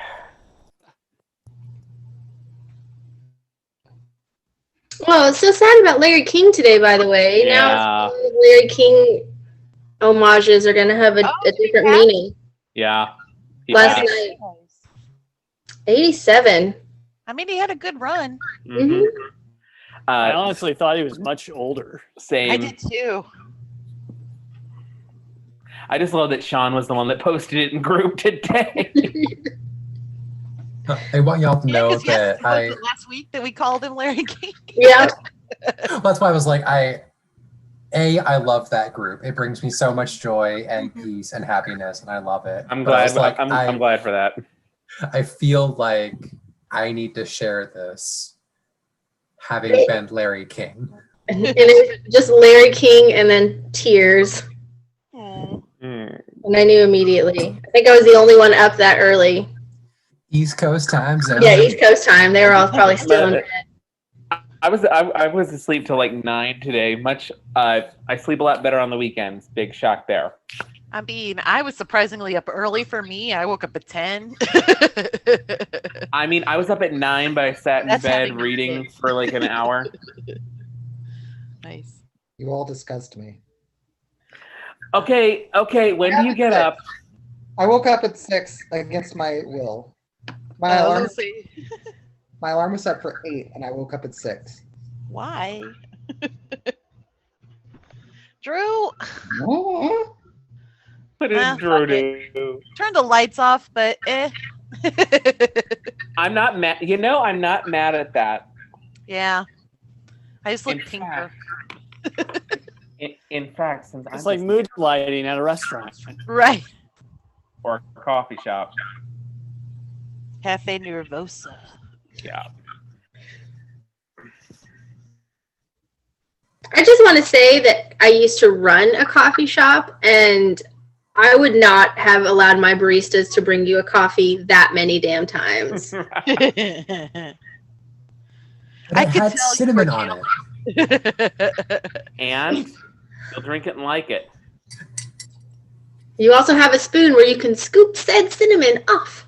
Take them off one by one. Reginald, why are you under the desk? Be like, so fully caffeinated, whole milk, extra cinnamon. Got it. Like, that's a lot. Forrest Whitaker, what an ass. I almost made a comment, but I was like, we're live, we acting. Yeah. Yeah. Make sure there's no berries with that. Yes. Right. Or avocado. Or avocado. God. Sean, this then and now of you is like amazing. I finally hit a year of no haircut, and I was like, made it. I mean, I just took, before y'all got back, because I still had the ring light on before I turned it off, I took my 11-month selfie since it's 11 months tomorrow. Yay! Yay. It's a girl. That's next month. But I'm We looking both forward have to our it. year next month. I know, I'm so excited. That's cute. Happy Traniversary. Happy Traniversary. Happy Traniversary. Oh, shoot. Okay, on that note, welcome back, everybody. I will get to the calendar in a minute. Luke was the one who suggested the National Alliance for Mental Illness, and yes, I always forget the I. I don't know why. Luke, if you want to say a few words about that, about the organization and what they do, I will let you do that, and then I'll get to the calendar. I'll take us back in Act 2. Absolutely. The National Alliance for Mental Illness, or NAMI, as we call it sometimes, is an organization that provides resources and counseling to people suffering from mental illness. It is basically a network of professionals that is able to provide real-time assistance. They've been doing invaluable work for years now, especially during the latest crisis, with a lot of people who are unable to actually go in and for in-person appointments. They've really stepped up their game on that. It's an organization I've followed for some time. I think they do, like I said, just incredible work. And with our main characters being psychiatrists, I thought it was appropriate that we help raise a little money for them. Fantastic. So thank you to everyone who's donated. Yes. I'm sure that money will be put to great use. You can even specify that it be used in particular areas, or just donate to the general fund. Exactly. Make sure you're giving all the money that you can. If you're here last week, I'm sorry. This is basically a repeat of what I said last week, hopefully with the right donations and the right dates this time. 2 weeks from now, we are going to be doing Juno to benefit Narrow Pro-Choice Missouri. I just, on my Instagram, posted my green screen picture, and I'll be updating the cover photo. I had a little fun with this since I'm playing the title role for this one. And then on the 20th, we will be doing the seminal 80s rom-com classic. Are they dead? Right. One of them is. I don't know. Sid might die after watching that particular scene. Oh, God. I got hit. He's going to be playing his Switch with his headphones on during that scene. And we've already talked about it. We had a conversation about it. I'm glad you're at least honest about it, not like my parents who didn't tell me anything about sex. Well, we've had very open, honest conversations about sex because I feel that is the best way to leave that door open so that, you know, any questions or concerns. And he has a network of people. Sarah knows. Sarah's in that network. You know, I'm not telling him things about sex, though. That's outside my purview. That's outside my pay grade. Sex and saves lives. Robert does the medical version of it. And there we go. Yeah. I'm not going to be Mr. Mackey trying to explain proper condom use. Yeah, Robert does the medical version, and he and I talk about emotional, you know, kinds of absolutely. stuff. Yeah, so we're doing When Harry Met Sally on the 20th, to round back, and we're doing that as a fundraiser for our beloved 4 pages of narrator, Brother Daniel, for top surgery recovery money. Yep. And nipples and all that good stuff. Yes, yeah. And actually on the 6th of March, we do have a new one, because I didn't say this one last week. Yeah. We're actually doing The Room on March the 6th. So excited for that. Yeah, that's my birthday selection, because my birthday's on the 1st. So I was like, well, then I'm going to let Ginger say who we are doing our next benefit for, because this is actually, it's very cool. Yeah, so we are raising money to help with the name change process in Illinois. It costs about $400 to do a name change for my our tenant, Drew and Mai's tenant, Rabanse, so that, you know, we can change the gender marker and get her name change. So yeah. You see, Illinois is better that you can do both at the same time. I had to do them separately. Every state has their. It's an easier process, but it's a much more expensive process. Correct. There we go. Also, if y'all aren't following Rabanse on Instagram or the Facebooks, you need to do that. Talented performer. Yeah. Oh, so good. So without further ado, I'm going to take us into Act 2. Y'all are doing great. 3 more episodes, y'all. 3 more episodes. They breathe, and luckily they breeze through. Why the hell is this not up at the top? Because I've been clearing things out during the break. God damn it. Here we go. Episode 4, Season 4, Episode 1, The Two Mrs. Cranes, Act 1, Scene 1, Apartment. It's breakfast time in the Crane household. Frasier sits reading the newspaper while Niles precariously sits picking bits out of his nut cake with tweezers and placing them neatly on his plate. After a while, it begins to irritate Frasier. Niles, what are you doing to your nut cake? This nut cake contains a number of things I don't care for. Currants, a husk of something, a way wrinkly thing. You know, if you and Maris ever reconcile, I'm going to miss these tranquil mornings. I'm reading my newspaper, you tweezing your nut cake. Daphne and Martin enter through the front door with good news. Hey, boys. I got a letter from one of my old army pals, Bud Farrell. Whole platoon's getting together next weekend on Rattlesnake Ridge. Oh, good for you. Speaking of old chums, Daphne, a Clive called for you a little earlier. Clive? Mm-hmm. Did he sound British? No, he was one of those fiery Mexican Clives. He said he'd call back. Oh, I bet he will. Oh, boy. I can't wait to see the old gang. Oh, Dad, you're not thinking of driving all the way to Rattlesnake Ridge? It's 5 hours away. You know how your hip stiffens up. No problem. They said I can bring a guest. So who's the lucky one? Well, by my count, 2 of us got to be lucky. Come on, they're great guys. Stinky, Wolfman, Boom Boom, Jim, Special Nutcake, and of course, his name's not really Jim, but we call him that because he likes to drink Jim Beam, just like we call Hank Bud because he drinks Budweiser. Come on, you'll love the guys. We're sherry drinkers, Dad. Think about it. Anyways, I have a conference that week. And I have my friend Megan's birthday party. Frasier? The phone rings. Oh, please let that be Megan needing a clown for her party. Hello? Oh, Clive, yes, it has been a long time, hasn't it? Oh, I am sorry. I have dinner plans tonight. Well, maybe just a drink then. Say 6:30? Me too. Bye. Oh, hell.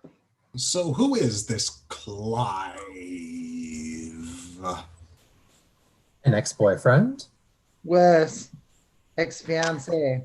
You were engaged? For years. We were mad for each other. He was very sweet and had the most gorgeous eyes you ever saw. But? Oh, yes, that too. I just couldn't see a future with him. I mean, the man was a total layabout. No ambition, no drive. He couldn't hold a job. All he wanted to do was tinker about with his car. His fingers were always black from the motor oil. What a brutish habit. If God intended for me to work on my own Mercedes, he wouldn't have given me Horst. I had to break it off, but I had to bring him down easily. So I said if we were still free in 5 years, we could try again. And here he is, right on schedule. Well, what do I say to him? Well, be honest. Tell him what you feel. And break the poor thing's heart all over again. No, it's the best way to avoid unnecessary anguish. Case in point. Dad, I do not have plans for next weekend, but I don't intend to spend it with Budweiser and Boilermaker and their liver-damaged friend Seltzer. Well, that's fine. There'll be other reunions. See, no evasions, no inconvenient conferences, just simple honesty. But I don't suppose Jim will make it next time. It says here he just had the 3rd bypass, but I'll see him in June. Off to work. Unless I go first. Oh, right, they'll drive you to your stupid reunion. Thanks, son. Frasier goes to his room. I guess I'll leave it a couple of days before telling him about Stinky needing a ride. Fade out. Next in the repertory, Cozy Fan Tushy. Scene 2, KACL. Frasier is doing his slot.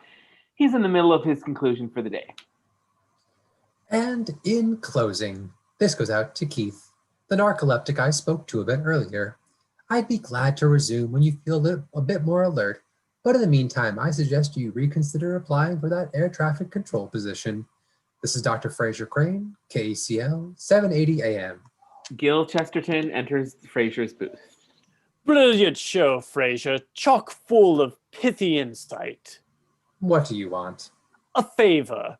Bonnie Weems, the auto lady, just asked me to another one of her wretched dinner parties. Well, I was planning on saying that you and I have ballet tickets, so do back me up. Well, I'm sorry I can't. But you've got to. Have you any idea how vile her food is? The local raccoons have posted warning signs on her trash bin. Well, you see, she already invited me, and I told her I promised my father I'd drive him to his army reunion at Rattlesnake Ridge. Oh, very clever. Well, I'd use it myself, but I killed my father off to escape her Labor Day clam bake. He leaves whilst Roz enters from her booth.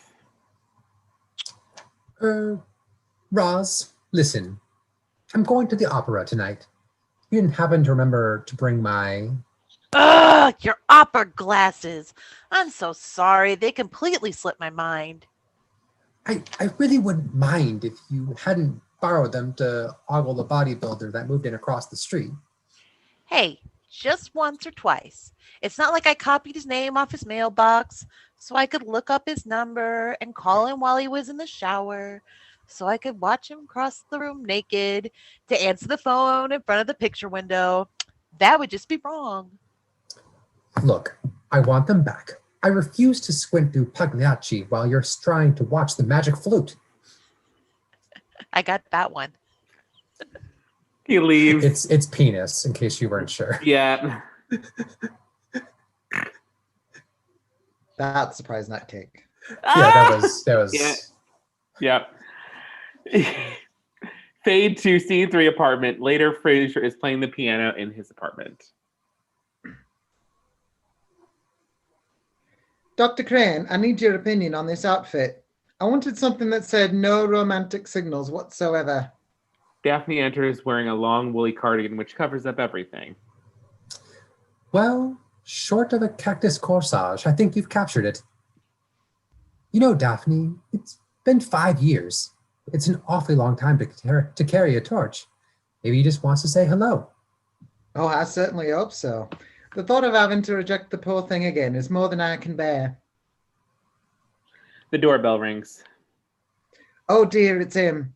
Anything between my teeth? No. Do you have any spinach in the fridge? Just answer the door.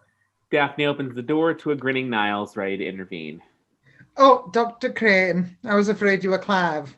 Oh, Clive? Clive. Oh, Clive, is that tonight? Well, don't I feel silly bringing over this 1,000-piece jigsaw puzzle? I'm sure Daphne doesn't want us horning in on her reunion. We're going to dinner. Well, can't we order in? I've already assembled 1 kitten and 2 yarn balls. I'm getting my jacket. The doorbell goes again. Daphne answers it while Niles watches. Niles, for God's sake, will you give them some privacy? He exits to the hall while Niles exits to the kitchen. Daphne opens the door to Clive, a handsome, athletic, boyishly naive Cockney. Hello. Hello. Look at you. You look wonderful. Oh, go on. I mean it. It's very pretty and warm. So... They hug, but Clive makes it a hodgepodge. Oh my God, I've got a spot of axle grease on your sweater. Oh, it's all right, really. Really, it's just a ratty old thing. Please come in. Same old Clive, I see. I suppose so. So what brings you to Seattle? My undying love for you. Oh, damn, I meant to lead up to that, sorry. No, it's all right. Just a bit. Abrupt. No, how are you? Nice place you have here. By the way, it is lovely. Is that the Space Needle? Clive. Super. Anyway, I remember what you told me 5 years ago. I thought my feelings might change. 5 years is a long time, but... Clive. Let me finish. My feelings for you haven't changed. I think about you every day, every night, for my surprise nutcake. And there comes a time in a man's life when he's got to sum up the courage to look a woman straight in the eye and say, These nips. I'm sorry, is this a bad moment? Well, actually, No, not at all. This is my very dear old friend, Clive Roddy. Clive, I'd like you to meet Dr. Niles Crane, my husband. Niles drops the bowl with the clatter. your husband? Yes, 6 months next week. Well, don't I feel a bit... Congratulations. You're a very lucky man. Niles. End of Act 1. I need some Cheez-Its, so hopefully in the next... I don't know why. Cheese Nips just got me. Act 2, a swell of couples. Scene 4, the apartment. The situation resumes. 6 months? Well, you two are practically newlyweds. Yes, we're still at that honeymoon stage. It's sickening, really. Revolting. Mwah. Positively stomach-turning. That should be going. No, I mean, we are so enjoying having you here. I did promise you a drink. Oh, well, I suppose I could stay for a bit. Oh, darling, would you give me a hand in the kitchen, please? Certainly, my angel. Niles follows her in, where she starts to pour drinks. Dr. Crane, I'm so sorry. It seemed the kindest way to let him down. I didn't mean to put you in an awkward position. When it comes to you, no position is too awkward. Frasier enters the living room meeting Clive. Oh, hello. You must be Clive. Yeah, and you are. Dr. Frasier Crane. Oh, Niles' brother. Yes. You met Niles? Just now, though I used to know his wife quite well. Really? You know his wife? She's one of a kind, that one. Isn't she? Certainly can light up a room. Oh, yes. Usually by leaving it. He laughs, but Clive looks confused and offended by this. Niles and Daphne enter the living room, shocked by the disaster that's unraveling. Frasier. Clive, I see you've met my husband's brother. Yes, I'm not intruding on some family occasion, am I? Oh, no. Frasier lives here. I mean, temporarily. He's... Had a spat with his wife, Maris. Oh, sorry to hear that. Yes, me too. You know, Daphne, I'm parched. Could you show me where we keep the wine? Of course. Could you spare me a minute? Wait, you have to pay the love toll. Too much? Here's the change. Mwah. Dan and I actually do this unironically. And Daphne drags Frasier to the kitchen. Can you stay for dinner? Meanwhile, Frasier is arguing with Daphne in the kitchen. Told you to be honest. But would you listen? No. Now instead you subject us to this ridiculous charade. Play along, please. I swear, one drink and he's out the door. He's staying for dinner. What? Well, how did that happen? He just sort of invited himself. Pretty damn cheeky, if you ask me. Frasier gives him a look of disbelief. Oh, dear God. Obviously, he still has hopes of winning you back. We must keep these displays of affection as realistic as possible. Niles leaves. Oh, what will I serve? Do we still have that lasagna? Daphne, you don't expect me to endure an entire evening of this nonsense. Just do this for me. And anything you want, name it. Anything, it's yours. Anything? Except Rattlesnake Ridge. Oh, Clive. Yes? All right, I'll take him. Lasagna all right for dinner?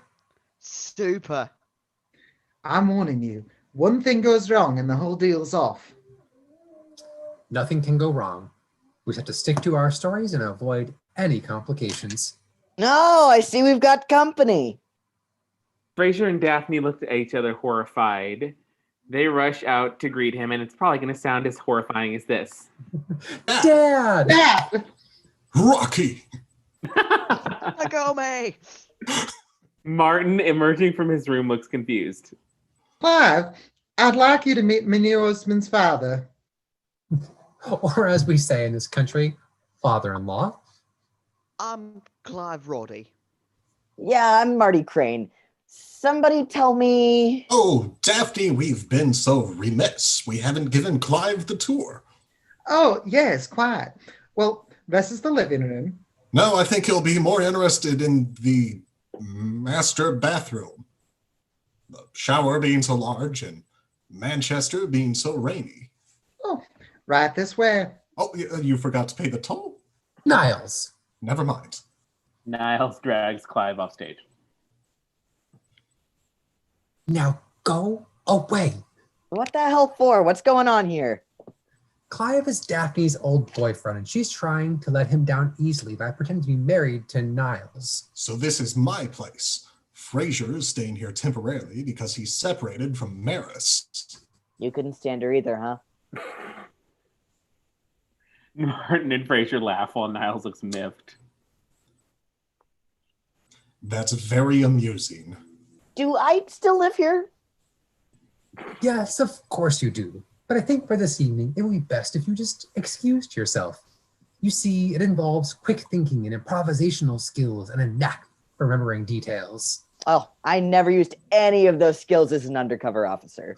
Please don't be offended. No, I'm not offended. My two sons have just said I've got oatmeal for brains.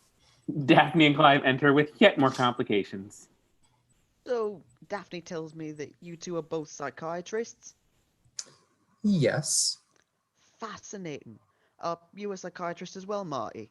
Me? No, I'm retired. What did you do? I was an astronaut. This causes Niles and Daphne to nearly faint on the couch. Frasier turns around in disbelief. Really? And you actually flew space missions? Yeah, a couple. Me and Neil Armstrong, Buzz Aldrin. You know, it was me that gave him the nickname Buzz. You know, most people think it's because he flew fast. Not true. He was scared of bees. The doorbell rings. This has to be the most hilarious part of the episode. There's no dialogue, just a silence of disbelief. We just know who it's going to be. Who is it? Open up, Frasier. It's me. What do you know, Frasier? It's Maris. Niles and Daphne turn on Martin with faces of mixed fury and panic. He just smiles at them. Frasier slowly opens the door. Here are your stupid opera glasses. Are we friends again? Darling! He throws his arms around Roz and kisses her cheek. She looks bewildered. You're Maris. What? We're married. What? Just play along. Well, their little tiff's over. Maris Crane, this is Mr. Clive Roddy. It's a pleasure. It certainly is. So, how long will you be in Seattle? Cupcake? Well, if you'll excuse me, we could do with a moment alone. Come with me, darling. Roz and Frasier go out onto the balcony. So, now you've met the whole Crane clan. Although, Daphne, I noticed in the phone book your surname is still Moon. Oh, that must be an old book. Now she hyphenates. It's Moon Crane. I remember the first time I ever drove a moon crane. I nearly rolled it into the Sea of Tranquility. Niles and Daphne sit on the couch next to Clive. Niles places his hand on Daphne's knee. So, Clive, what do you do? Still mucking about with cars, I see. Oh, my hands? No, I helped a man change his tyres on the way over here. Don't have enough time as I used to, what with my business and all. Daphne gives a horrified look. Niles is even more horrified. Your business? Well, after you left, I remembered the advice you gave me, and it all made sense. What advice? Well, you know, get a job, you lazy git, that sort of thing. So I took a few business courses and opened up a little sporting goods shop. Next thing you know, I had 3 of them. Well, isn't this ironic? Don't you think? Oh, just a little too ironic. All these years I've nagged him to make something of himself. And now look at him, a captain of industry and still as handsome as ever. Yes, well, send in the clowns. Roz and Frasier enter from the balcony. Oh, don't bother, they're here. Bad news. It seems my Maris has to run off. She's got a previous engagement. Oh, forget about your engagement, Maris. Stay for dinner. Well, actually, I'd love to. Lovely. We can celebrate you two being reconciled. That is still tentative. It could go either way. Daphne looks appalled at Roz as if to say, leave off. Eddie runs in and jumps on a chair. Hello there. What's his name? All right, I'm going to have to direct this. Niles, Daphne, Frasier, Roz, and Martin look at each other blankly for a moment. 1, 2, 3. Eddie. Eddie. Not as bad as I thought it was going to be. Fade to scene 5 apartment. We resume after dinner. Martin is telling one of his wonderful space stories from his bank of fairy tales. So there I was, floating 20 feet up in the chamber when some idiot turns off the weightless button and down I come on this big pickaxe we use for moon rocks. Frasier, Daphne, and Niles all despair at how thick he's laying on, but Clive is completely taken in. You still walk with a cane. Okay, sirrah, sirrah. I better turn in, boys. Don't forget your warm glass of Tang. It was an honor meeting you, Commander. Yeah, I had fun too. Good night, all. Good Good night. Right. Martin leaves. Delicious meal, Daphne. Can't remember the last time I ate so much. Well, that explains your fantastic physique. Yes, you are looking wonderfully firm. Yes, and that little tummy. Do you work out? When I can. Actually, my shop keeps me pretty busy. Daphne and I have our own little exercise regimen. We work up quite a sweat, don't we, darling? I can't get over it. It's like you're a whole different person. A whole different person. Well, who's for surprise nutcake? I'll give you a hand. Thank you. Daphne enters the kitchen. Daphne enters the kitchen in a fleet of madness. Frasier turns around, ready for a tough journey. Would you please tell Roz to stop flirting? Has she forgotten she's a married woman? Oh, you're one to talk. If you batted your eyelashes any harder, you'd blow out the candles. You get rid of her now, or it's rattlesnake rage for you. You wouldn't. Oh, wouldn't I? By the way, Stinky needs her ad. That is what we call excellent callbacks. Daphne and Frasier go back to the dining area. Roz is reading Clive's palm until Frasier intervenes. And according to your love lines, what a naughty little. Maris, I don't know about you, but I'm exhausted. See you at home. More wine, please. Oh, are you sure that's wise, dear? Remember that blackout you had last month? What am I saying? Of course you don't. That's what I love about her sense of humor. Surprise nutcake, darling? Oh, no thank you. Some of us do look after our weight after all. Now, Daphne, you have to keep your strength up. You are eating for 2. Niles drops the cookie plate while Daphne looks furious. You're having a baby. When were you planning on springing that news? Well, we don't like to bring it up. It's a sore point around here, what with my sister-in-law being all barren and all. No, it's not her fault. You see, my brother is impotent. Frasier just doesn't care anymore. Oh my god. Congratulations. Is there a loo I could... Yes, right there by the front door. We call it Frasier's bathroom. That's why we've monogrammed all the towels with his initials. Clive enters the powder room. Have you all taken leave of your senses? Well, she started it, hanging all over him. Wait is your problem? Frasier says the only reason we're doing this is because you wanted to give him the brush off. Well, I changed my mind. Didn't you see my signals? Gee, I missed them. It must have been one of my blackouts. Wait, ladies, there's no need to fight. I'll flip a coin. Oh, good news, Roz. Hooray! Oh, sort of. Unnoticed by anyone, Clive exits the powder room. And here's the following. You'd think, with all your dozens and dozens of men, you could at least leave one for me. Dozens? Did you tell her that? Oh, forgive me for keeping track. Why are you fighting over that man anyway? He's got all the charm of Boris Johnson. You're right. You know what, Daphne? You can have him. You can have him. He's yours. Oh, fat chance I've got, now that you told him I'm pregnant. How am I supposed to get rid of this bloody baby? Why is it bloody? Where's me coat hanger? Oh!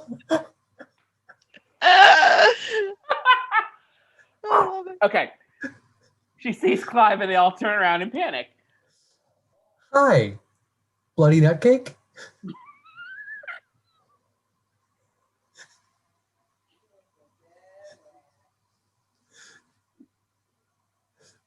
Clive, you're up. I can't hear you. Oh, you must be going. No, please, I know what you must think, but we're not all what we seem. Certainly aren't. Look, I know I'm a guest here, and I've kept silent so far, but I'm sorry, I must speak.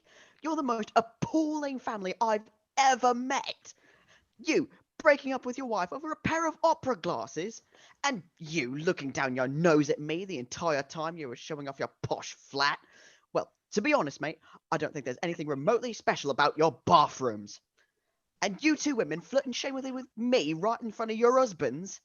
You having just reconciled with Frasier, and you carrying Oz's baby. Well, I pity your child, Daphne, and I pity any good Manchester girl that comes here to this vile, coffee-swilling Sodom and lets it change her like it's changed you.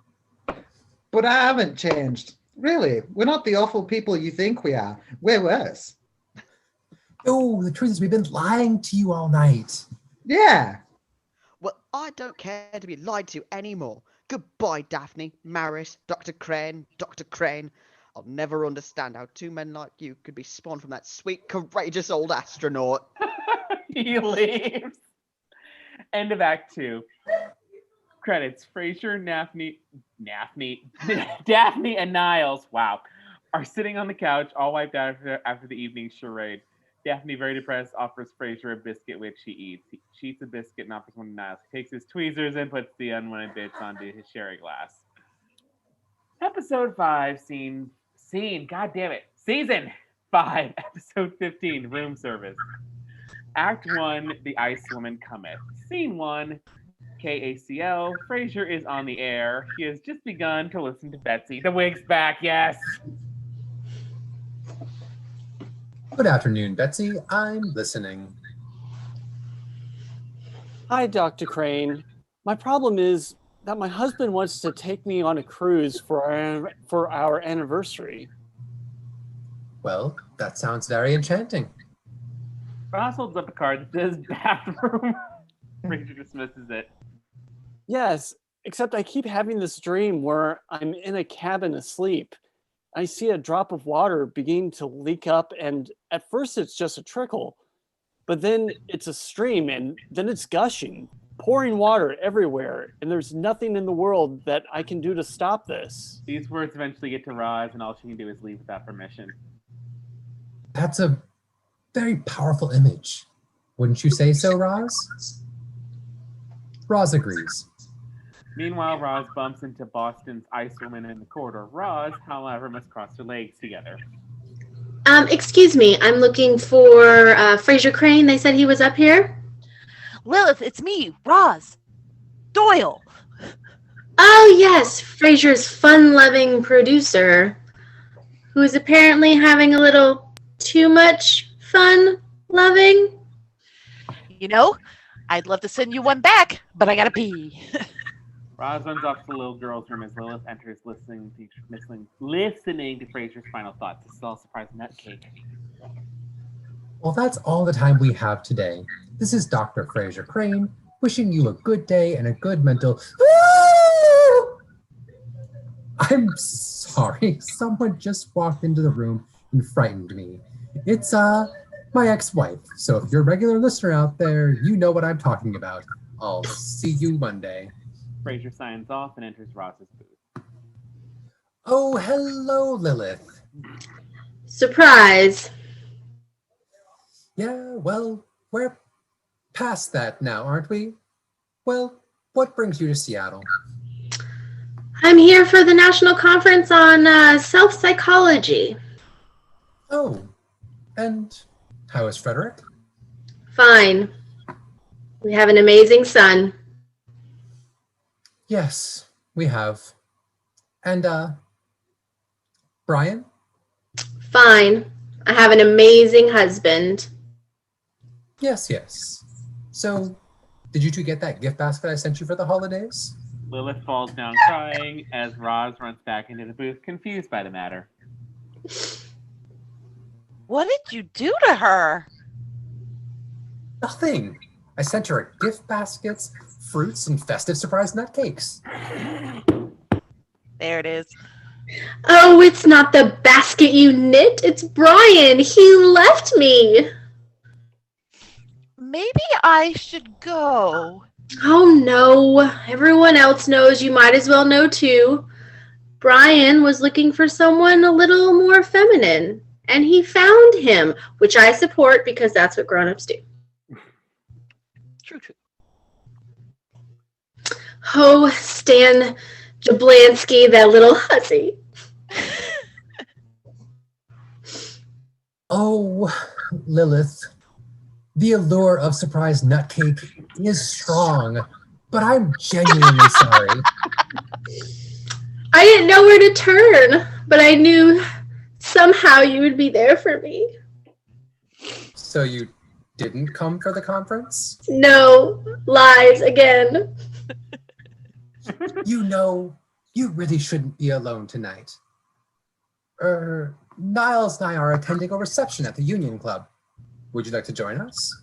Oh, thank you, Frasier. I'd love to. I don't know if I deserve your compassion, but I feel better already just holding your strong, comforting hands. You know I'll always be here for you. Remind me never to cast Mom and Dad if they're going to be doing it into at least 2 episodes. They stand and embrace. Oh, How did y'all get here? I could stay in these arms all day. Ah. Yes, well, you'll have to excuse me. I have an appointment. Station manager, very important, Kent Broken. I'll, see you tonight. Bye-bye. Frasier slowly walks away. He's very rigid and cannot believe what has just happened. He exits as Roz enters. Hey, that's rough, leaving you for another man. Did you have any idea? No, none at all. Stan was a contractor we had hired to extend our master bedroom. It's ironic, isn't it? No sooner did I get the closet of my dreams that my husband came out of his, which I support because I'm a grown-up. Lilith exits, leaving a bewildered Roz behind. Fade out. Strange interlude. Scene 2, Cafe Nervosa. Later that day, Niles is at a table when Frasier enters. Hello, Niles. Ah, Frasier. That bun looks good. Now, remember your diet. Speaking of buns I could do without, Lilith is back. Oh, that explains why blood was pouring from all my faucets this morning. Now go easy on her. Her husband has left her, and get this, for a man, which I support because we are all adults. Damn, I owe Dad $5. Poor thing. She's obviously devastated. Her entire world has been turned upside down. Now look who I'm talking to. No one knows better than you how much a messy divorce can leave one.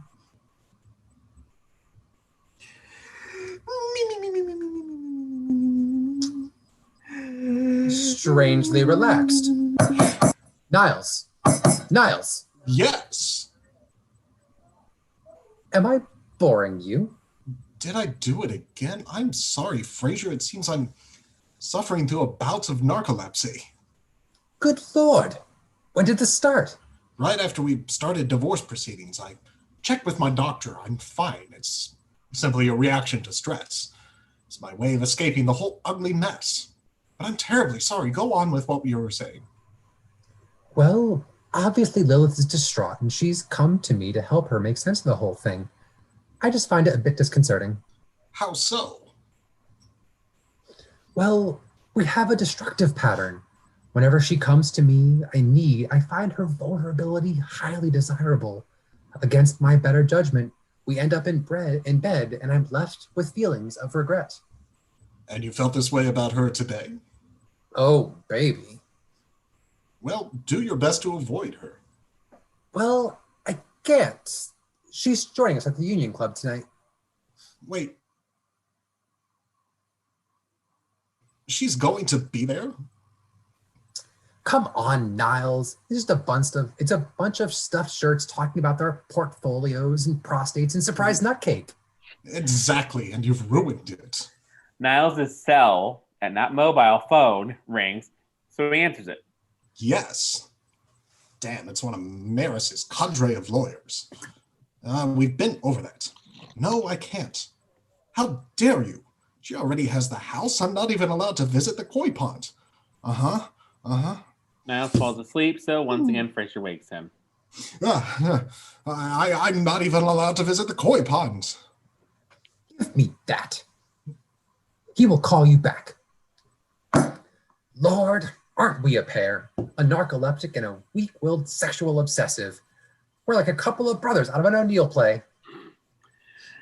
Eugene O'Neill, American playwright. All the title cards are based on the titles of his play. Fade 2, Scene 3, apartment. Later in Frasier's apartment, Martin is talking to Eddie. Daphne is tidying up.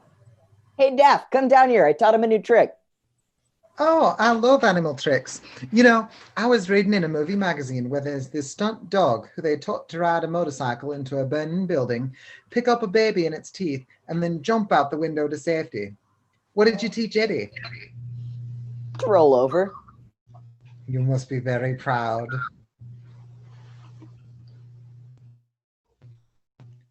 Eddie does indeed roll over. Ah, forget it. Eddie.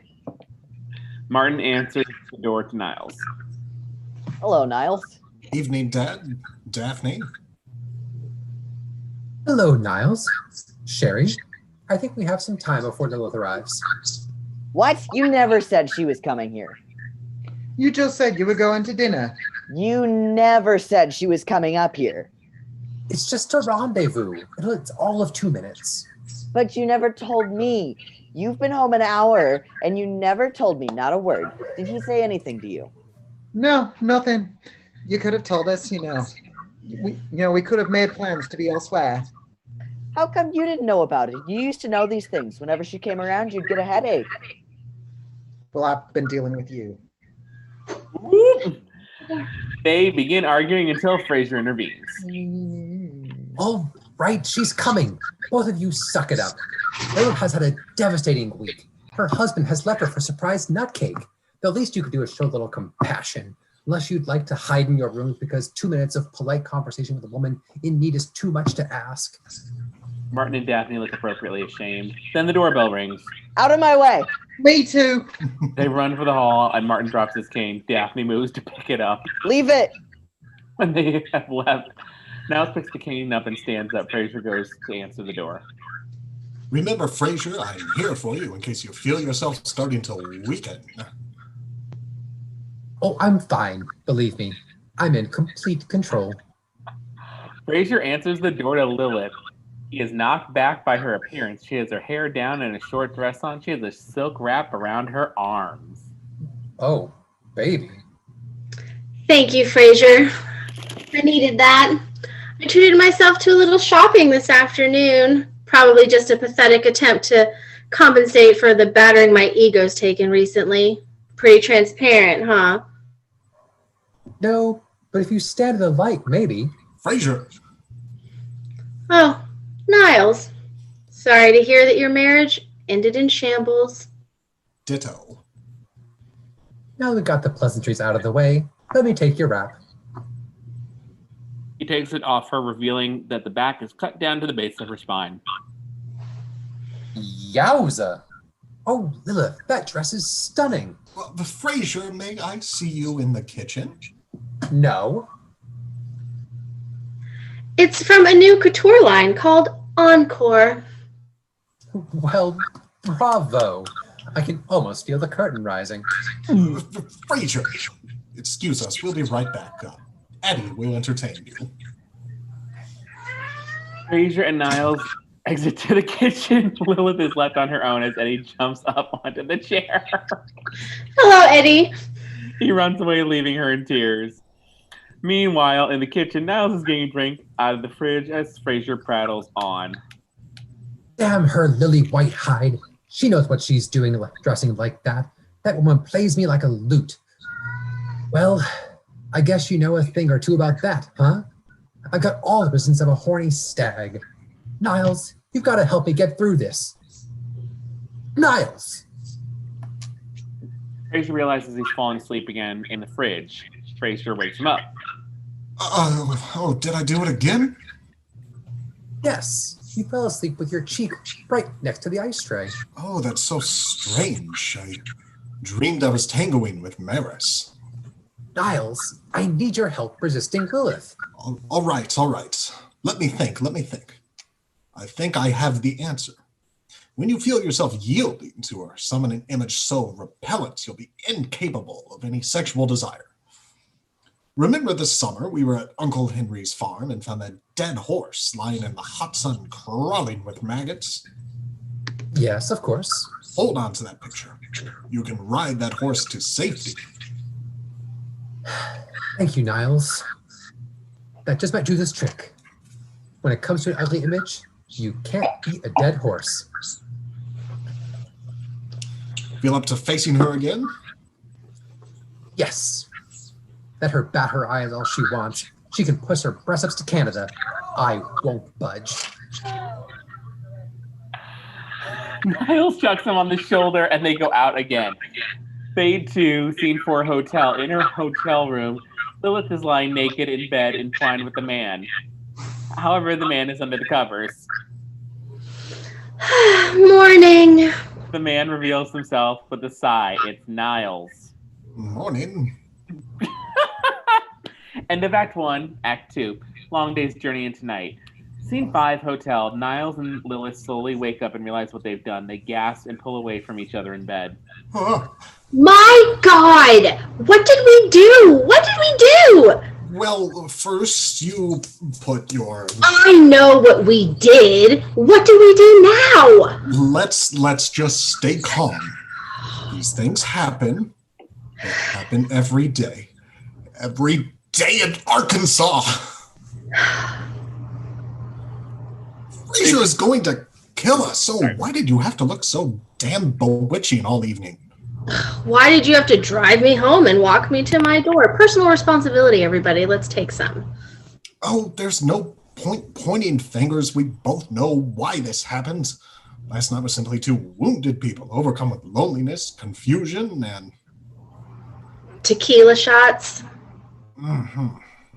There's a knock at the door which scares Niles to death. Lilith starts to put on a robe. Who's that? Don't panic. No one knows we're here. I told Frasier I was driving you home. Why would you do a stupid thing like that? Well, it wasn't stupid at the time, even though apparently we were both drinking. How did I know the minute you got in this room, you'd be on me like a hawk on a titmouse? Yes, I'm still 13 and I laugh at Titmouse. The knock sounds again. Lilith goes to the door while Niles puts on a robe. Just be quiet. Who is it? Room service, ma'am. Oh, that's right. We ordered breakfast last night. Again. Lilith opens the door to a waiter pushing a cart with 2 plates on it. Good morning, ma'am. Good morning, sir. I have eggs Benedict and eggs Florentine. Did you bring ketchup? No. Sorry. Let me get that for you right now. Ketchup on eggs Florentine? Oh, your first breakfast together? Just get it.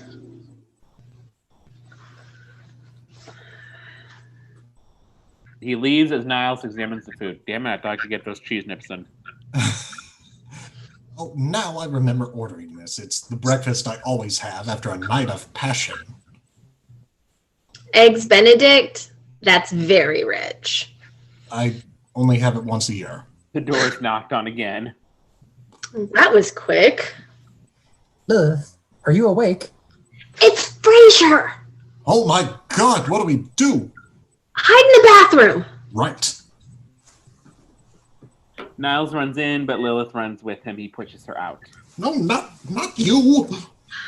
Lilith, She realizes the food cart could be assigned. There are two people there, so she has a plan.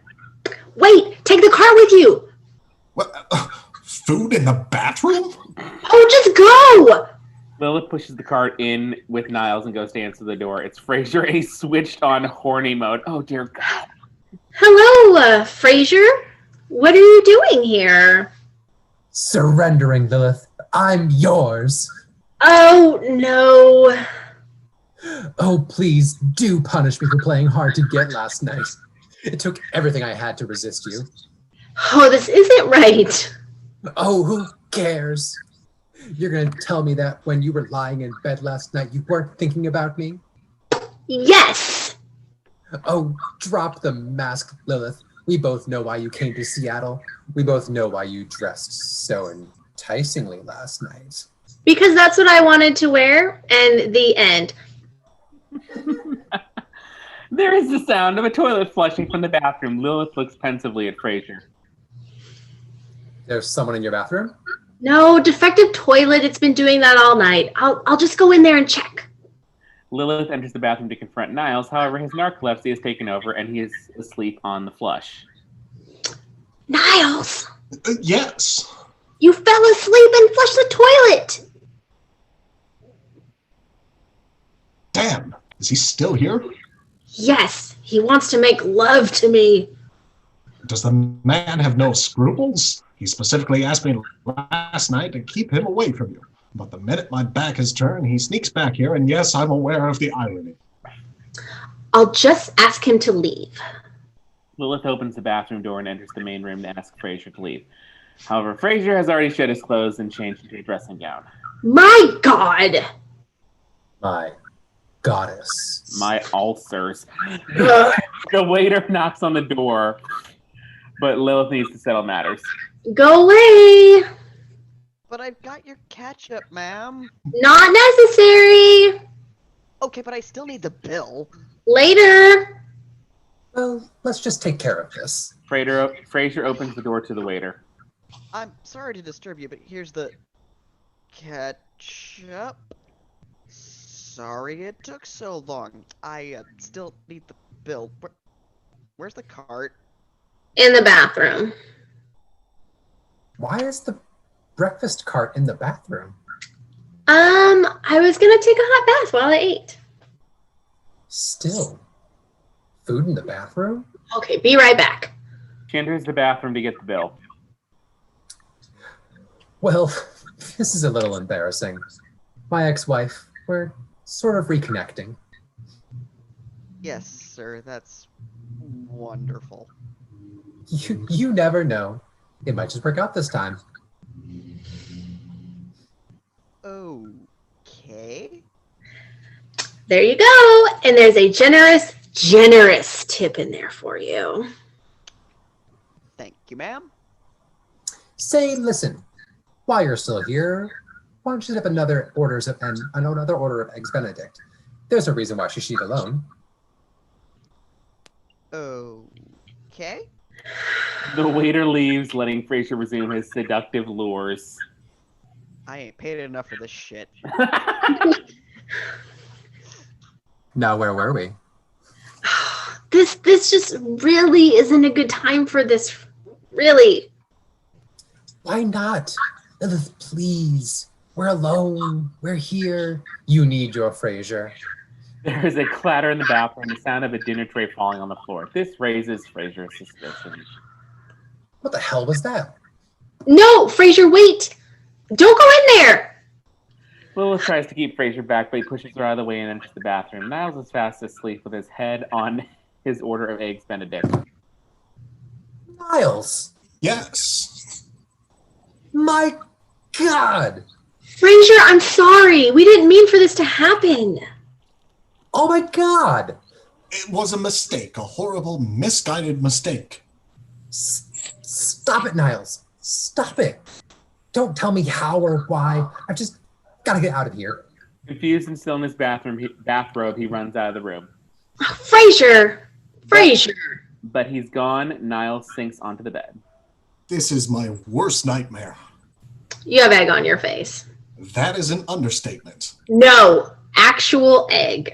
Niles looks up at Lilith and we see that he has scrambled eggs all over his face. Oh my. Someone knocks on the door again. She goes to answer it. It's in your hair, too. Frasier enters, still looking mad. I knew you couldn't stay mad at us. I'm in a bathrobe, you jackass. Frasier begins to put on his trousers before listening to Lilith. Listen, I can understand your shock, and believe me, if I could erase everything that happened last night, I would. But if you could just look at this rationally, with your pants on, for just a moment, we didn't technically do anything wrong. What? You didn't do anything wrong? Mind you, we are all adults and I respect you. I'm a little unclear on that myself, but I'm willing to go along with it. You and I are no longer married. Neither is Niles. I won't say this is my shining hour, but we're not responsible to you or to anyone else for our actions. You're actually defending what you did. Just listen. The past few days have been the worst of my life. I've never been less self-assured or more in need of validation, both as a person and as a woman. Niles was feeling the same thing. Exactly. Wait a minute. Our physical reaction to each other was nothing more than a desperate attempt to reaffirm our worth. Well, that's very impressive, Dr. Sternin. But I, too, happen to be a psychiatrist. Let me tell you what actually transpired. This was a passive-aggressive manifestation of your deep resentments toward me. Niles, you were punishing me for my notoriety, and you for my successful adjustment after our divorce. It is this shared bond that brought the two of you to this palace of sweet revenge. Allow me to rebut, you narcissistic piece of shit, but what a crock! Yes, narcissistic piece of shit, it is not. It is so! This is yet another example of your complete self-absorption, which is the reason why we couldn't stay together in the first place. I have a right to... Why am I defending myself? If you ask me, you are both off the mark. Last night was about two people ruled by very powerful superegos, tortured by me, found a chance, however misguided, to break through and rediscover their ids together. Call me an old softy, but that's how I see it. Okay, then. The three of us have certainly analyzed the crap out of this. Yes. Where do we all go from here? I don't know. Niles' phone rings and he goes to answer it. Lilith and Frasier try to settle things quietly. You realize that if you had simply given in to me last night instead of this morning, the three of us would not be in this hell. Also consent and personal responsibility. Yes, agree on that point. No, it would be two of us in a whole different hell. Meanwhile, Niles is getting mad with the lawyers on the phone. Well, I don't give a damn. I've been manipulated by you jackals enough. Jackals are known for their manipulation skills. I'll see you in court. The very idea that Maris still thinks she can... Hey, I'm not sleepy. That conversation should have put me out like a light. Well, it's not surprising. Your experience with Maris was emasculating, and last night may have gone a long way to restoring your self-confidence. Of course. By that same token, you can now give up the neurotic assumption that Brian left you because you're unattractive. He just simply is not into women, and that's okay. It's great that he's living his best life now. You have ample evidence to the contrary. Yes, I have. Well, to hell with Brian, but not really because I support him. If he wants his beautiful partner, he can have Stan. Here, here. Way to fix that line. So I'm glad we've acknowledged all sexualities and genders in this space, but isn't this peachy? Everything's turned out just fine for everyone. You two have solved your problems. The waiter received a handsome tip. Niles and I have matching bathrobes, and looky here. It's not even 9:30. Frasier, I know it's hard for you, but try to understand. Yes, what happened last night was just... Oh, stop it, both of you. Enough. It happened, and I'm just going to have to deal with it, because I'm an adult and I have that capacity. I suppose in a twisted way, there's one positive for me in this. You see, Lilith, I have never stopped desiring you, even though we were completely wrong for each other. But now, from this day forward, whenever I look at you, I will see the back of my brother's head. And that is one bucket of ice water, let me tell you. You know, Frasier, that's not how we did it, but okay. Enough, You're Lilith. making a lot of assumptions. All right, well, maybe I'll just go have some breakfast. Are we okay? No, we're not. But we will be. Well, that's enough for now. We're an odd family, aren't we? No fucking shit. There is a voice from the other side of the door. It's the waiter. Niles goes to answer it. Here's your eggs Benedict. If you could just... He nearly faints when he sees no Lilith, just two men in bathrobes, which is okay because we're adults. Okay, just two adults doing their thing. It's none of my business. I quit, though. The waiter leaves along with this episode as the Crane Boys look sorrowfully at each other. End of Act 2. Credits. In the bathroom, Lilith sits on the toilet and pulls up her cart to enjoy her breakfast. She gets settled before dousing her eggs Florentine in tomato ketchup. Yes! She pours herself a cup of tea and finally begins eating this catering disaster for people with acquired Lilith-only taste. Yes! How's it taste, baby? Delicious. Okay, last one, y'all. Home stretch. Next episode of Woke Frasier. Woke Frasier. This is officially what this is tonight. Episode 6, Season 6, Episode 17, Dinner Party, Scene 1, Apartment. In Frasier's living room, Niles is playing an elegant classical piece on the piano by Bach while Frasier listens. You know, Niles, I think I'm going to have a dinner party. Care to co-host? I love the idea. What's the occasion? I got the idea last night when we bumped into Gene and Hollis Ashley at the symphony. I've always wanted to get to know them better. Me too. They're such a charming couple. They remind me of Maris and me when we were happy. Really, I must have been sick that day. Frasier enters the door. It's Roz wearing an elegant long dress. She's carrying a red dress in a bag. Oh, well, Roz. Thank you. Is that your dry cleaning? No, it's Daphne's. Alice spit up on her dress, so I had to have it dry cleaned for her.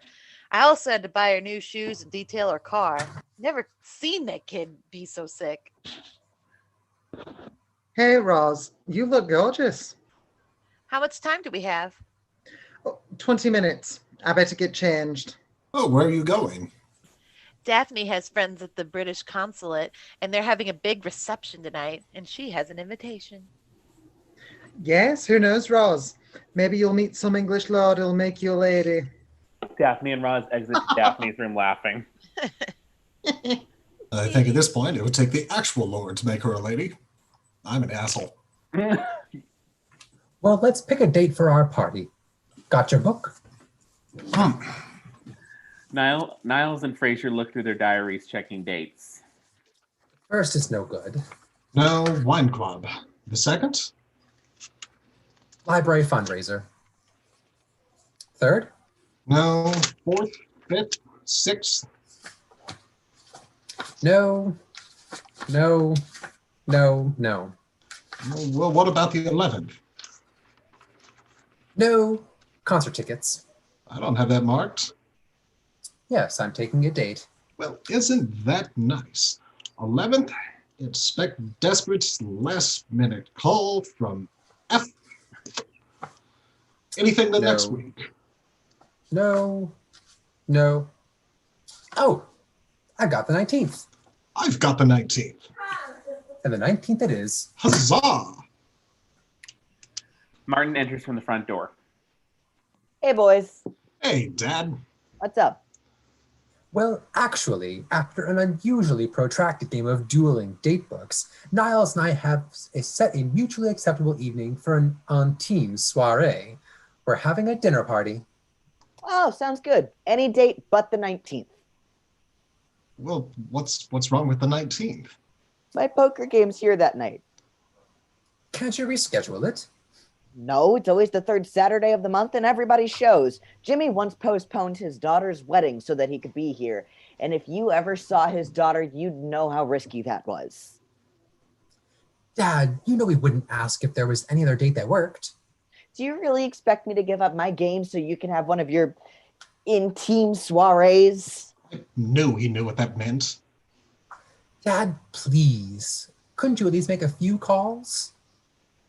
I'll tell you what. If you can change the day, I'll cover your losses that night. Oh, all right, I'll try, but you know these guys live pretty busy lives. I can't always get in touch with them. Let's hope that dog track has a PA system.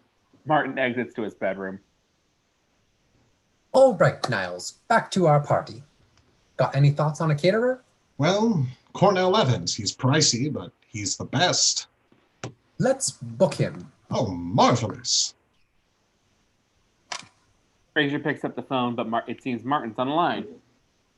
Oh, I'm sorry, Dad. I didn't know you were on the line. Didn't I just freaking say that? Daphne and Roz walk out of the bedroom. Daphne is now wearing the red dress. Oh my goodness. Well, we're off to the ball. Don't wait up for us. Oh, Daphne, wait. There's something on the back of your dress. Niles directs us to a white spot on the back of her dress. Oh my God. It looks like bleach or something. The dry cleaner must have done it. I saw it. It's nothing. You saw it? Don't worry. It's hardly noticeable. Dr. Crane noticed it. That's because he was always looking at your... Roz! Well, I can't go now. Why not? This is the only formal dress I've got. I wore it 2 episodes ago. Wait. I've got the rest of my dry cleaning down in the car. I bet I have something you can wear. I'll be right back. Roz leaves the front door. Daphne, I bet I would be able to get that out for you. No, the cleaner spoiled it. He can damn well fix it. Would just take... Niles goes to Daphne's room, but is stopped by Frasier. Yes, can I speak to Cornell, please? Yes, of course, I'll hold. Daphne, I mean it if I just had a toothbrush and a jeweler's. Niles. Niles walks back to the main room with his head low. A few minutes later, Frasier is still on his phone. How long is he going to keep me on hold? Oh, hey, Roz, did you find any kind of thing? Roz runs to the room without a word. Hello, Cornell. Yes, Frasier Crane here. Listen, I'm hoping you're not booked on the 19th. Oh, Lord. Yes, I understand that. Yes, same to you. All right, bye-bye. Damn. Don't you know it? The only date he's got free is the 11th. Damn those concert tickets. Oh, you know who might be available? Tyler Wilkins. Doesn't he work with Cornell? Oh, dear God, no. They're mortal enemies. They were catering a seafood banquet together when Cornell flew into a rage because Tyler had ordered mahi-mahi instead of ahi. Of course, Tyler blamed it on Cornell's stutter, and they haven't spoken since. Beep, boop, beep, boop, beep, boop, 90s phone. Tyler, Niles Crane, yes. I was wondering if you were available on the 19th. Wonderful. Dinner for 10? That's great. I'll call you later on and we'll discuss the menu. Thanks. Bye-bye. That is wonderful. All right. Now you, me, and the fabulous Ashbys. That leaves 6 chairs to fill. Well, we'll have to ask Joan and Ted Birkin. That's a no-brainer. Technically, that's 2 no-brainers. Forget the Birkins. Wait a minute. You can't just steamroll over me. I want the Birkins. I don't. Well, I do. All right. We each have a right to blackball. Let's say 3 guests. We will each get an equal voice. Well, that's fair enough. Frasier brings over the surprise nut cake. Niles gets 3 nuts and Frasier gets 3 nuts. Then they place a bowl on the table. That's 3 for me and 3 for you. And just to get the black ball rolling, bye-bye, Birkins. Well, what about John and Carol Peterson? Everyone loves them. Not everyone. Black ball. Why? No. We never question the black ball. We just bow to its will. Fine. Nina and Arch Duncan. The drunken Duncans? Have you lost your... Wait a minute. You loathe the Duncans. You just want me to waste a black ball. Oh, that's insane. I adore the Duncans. Really? Well, perhaps I misjudged them. Very well, Niles. The Duncans it is. Nina and Arch. Oh, stop it. They're hideous. Blackball. What about the Walberts? Oh, I like the Walberts. Finally. The Gordons? I love the Gordons. Now we're rolling. How about the DeFalcos? Blackball. She's a twit. How about the Whitneys? Blackball. He's a dolt. Cromwells? Blackball. Look, if you're gonna... Wait a minute, you're out of blackballs. This is a dried up old fig. So is Lucy Cromwell, and I don't want her at my party. The Cromwells are in. The guest list is complete. Now let's start calling everyone. Yes, starting with our guests of honor, the Ashbys. Hello, Hollis. Frasier Crane calling. Listen, Niles and I are planning on having a dinner party on the 19th, and oh, they're leaving to Africa on the 19th. Oh, gee, that's a shame. We were sort of building the evening around you. Oh, they've got the 11th free. Oh, no good. We've got that concert. I didn't ask you to that. The 11th should be just fine. Oh no, they've got a conflict. Oh, well, that's no problem. They're our very next call. We absolutely adore the Duncans. All right, we'll see you then. Not the drunken Duncans. I'm sorry, Niles. They've got plans for the Ashbys on the 11th, so they're invited too. Well, I want my blackball back. Oh, the black ball was dropped. It can never be. Oh, shut up. At least we're getting the Ashbys. In fact, you know what? There's an additional plus. Seeing as we're changing our plans to the 11th, it can mean Cornwell can cater. Oh, quick. You call Cornell. I'll call Tyler and tell him we're canceling. Tyler, it's Niles Crane again. Yes, listen, it turns out we're not going to need you on the 19th. Yes, Cornell, please. No, we're not going with someone else. Cornell? What gave you that idea?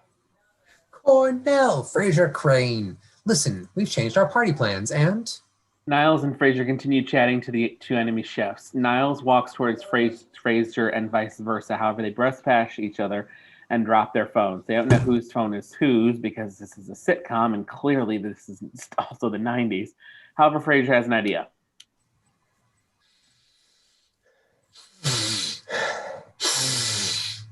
This one's mine. I can smell my cologne.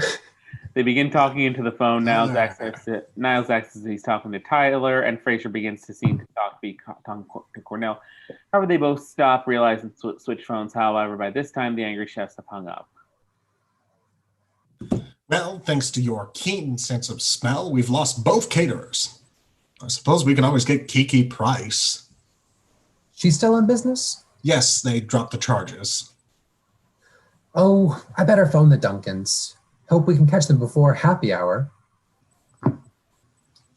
Hello, Nina. Too late. Frasier Crane calling. Listen, Niles and I are having the Ashbys over and a few other people for dinner. We were hoping that you could join us on the 11th. Don't cry, Nina, please. Yes, well, I've always loved you too. What? Joaquin? Joaquin's coming from Argentina, and you'd like him to join us? Well? Joaquin? Joaquin Juarez. He's the conductor of the Buenos Aires Philharmonic. My God, that's right. They were just down there. They must have met him. We would love to have Joaquin join us. Oh, that's splendid. All right, right? Well, then we'll see you on the 11th. The 11th. All right? Take 2 swizzle sticks and stand them side by side. 11. That's right. We've got Joaquin. Well, don't cry for me, Arch and Nina. All right, let's see. We've got the Duncans and Joaquin, and that means we're going to have to cut out 2 couples. Well, the Cromwells and the Gordons. The Gordons. That leaves us short by 1. We need a single female. As if, but at this point, as if on cue, Roz walks on from Daphne's bathroom. Oh, Roz, perfect timing. What's up? We're having a dinner party and we need an interesting single woman. Do you know anybody? We're desperate. Excuse me. Naturally, we thought of you first, Roz, but this really isn't your kind of crowd. What's that? Sophisticated, cultured? Is that why you don't think I'd fit in with your snooty elitist friends? I'm not genteel enough? No, Roz. Now Roz my ass. I'm just as refined as you are. Shut up, Niles! Roz exits Daphne's bedroom as Martin enters with some news. Well, I hope you're satisfied. I got everyone to change. We're going to have it on the 11th. The 11th? Yeah, and it wasn't easy either. Mel had to reschedule his polyp surgery. Well, Dad, you are really going to laugh at this. Frasier and I rescheduled our dinner party for the 11th. I'm not changing it back. I'm not. Now, Dad, I would never even consider asking you to do such a thing. I'll tell you what. There's no reason why we can't hold both parties simultaneously. The apartment's certainly big enough. I know what you're trying to do, and it won't work. What, Dad? I'm serious. No. We can share the buffet table, and we can even have the harpist learn a couple of Bobby Darin tunes for your crowd. I can stand it if you can. Of course, we will have to dim the lights at one point. You see, Nina Duncan always insists on sharing her extensive collection of slides from the summer she danced Agamemnon at Jacob's Pillow. All right, I'll change it. You call Kiki, I'll call the Wibberts, and I'll talk to Roz. I'm on it. Meanwhile, in Daphne's bedroom, Roz and Daphne are searching through clothes. Daphne is holding clothes up to her. Come on, just pick something. Pick what? This one isn't dressy enough. That one doesn't fit. And this one, well, it's hardly appropriate for a posh cocktail reception. Excuse me, Roz. Listen, I just came to apologize. Whatever. What happened? He said I wasn't classy enough to come to his fancy dinner party. Roz, you know I didn't mean that. Oh, get in line. I've lived here for 6 years, and the only time I'm asked to that table is when I'm holding a freaking serving spoon. It's just a silly dinner party. What's everyone getting so upset about? Oh, let's just go. I suppose this color might look nice on me after all. I've left messages for Kiki and the Wallbirds. Could you two please leave so Daphne can change? Oh, Daphne, you're not actually going out in that, are you? You're right, Niles is an ass. Daphne throws the dress away and falls back onto the bed. That's it. I'm staying home. No, just try it. We can accessorize it. With what, a lamppost and a public defender? God damn. Sex work is real work. Yes. Roz pushes Niles and Frasier out the door. As they enter the main room, they hear a beep and a whirring from Answering machine? What's that? Is that a voicemail? Hi, it's Allison Walbert, and yes, count us in for the 11th. Looking forward to it. Bye. That's so wonderful. I so enjoy the Walberts. However, it seems the tape hasn't finished yet. Allison's left the phone off the hook. Who was that? We just got invited to a dinner party at the Cranes. Which Dr. Crane? Does it matter? You get one, you get the other one. Personally, I think the whole arrangement's a little... Is that thing off the hook? Oh my god! Frasier and Niles look at each other as they switch it off. End of Act 1. Act 2, the scene resumes where it left off. Frasier and Niles have just switched off the answering machine. Suppose she meant by that. Obviously, she thinks we're always together, that we're some sort of couple. Oh, that's ridiculous. We spend lots of time apart. Besides, who is she to talk? Look at her and Harry. They go everywhere together. They're married, Niles. Still, there's no reason for her to call us odd. Wait. She never called us odd. Listen. Frasier replays the tape. Does it matter? You get one, you get the other one. Personally, I think the whole arrangement's a little... Is that thing off the hook? Oh my god. Frasier hangs it up. You see, she never said odd. We're getting upset over nothing. Nothing? Is there a good end to that sentence? Personally, I think the whole arrangement is a little, what, charming? Really, will you stop overreacting? Perhaps she has a point. Ever since your divorce, you have become more and more attached to me. Maybe that's why she said what she said. What? You get Frasier, you get that Niles. She didn't say that. She said you get the one, you get that other one. What makes you think that you're the one and I'm that other one? I'm the one giving the party, and you are that other one. I'm the one that invited her, so that makes you the other one. They carry on fighting for a while. This is absurd. Why don't we just call Allison up and ask her what she thinks is so strange about us? We can both get her on an extension. Better yet, why don't we just get on a bicycle built for two, ride over there and ask her what she thinks is so strange about us? The phone goes, which stops them in their tracks. Frasier picks it up. It's Nina Duncan, so he makes a drunk sign. Hello. Yes, hello, Nina. All right, what can I do for you? No, dear, you called me. Oh, yes. Joaquin can only eat certain foods. Well, yes, I'd be glad to accommodate them. Let's see. All right. Rice, beans, jerked beef. Any particular reason? I see. Interesting. Okay, bye. Why is Joaquin on such a strict diet? Because the Joaquin they're bringing to dinner is their foster child from a tiny village on the Pampas. He speaks no English and gets nauseated when he eats American food. So he's not the conductor of the Buenos Aires Philharmonic? Oh, you are so that other one. Where are we going to find someone to babysit a 9-year-old child? At this moment, again, in perfect timing, Roz walks on as she finishes shouting to an offstage Daphne. Quit your blubbering and just pick something, damn it. Roz. Now what? You were right. You know, you would be a welcome addition to any party. Oh, you don't have to say that. No, honestly. Niles and I want you to join us for dinner. You mean it? In fact, we're having someone who might make a very interesting dinner companion for you. He's not some stuffy old coot, is he? No. Young.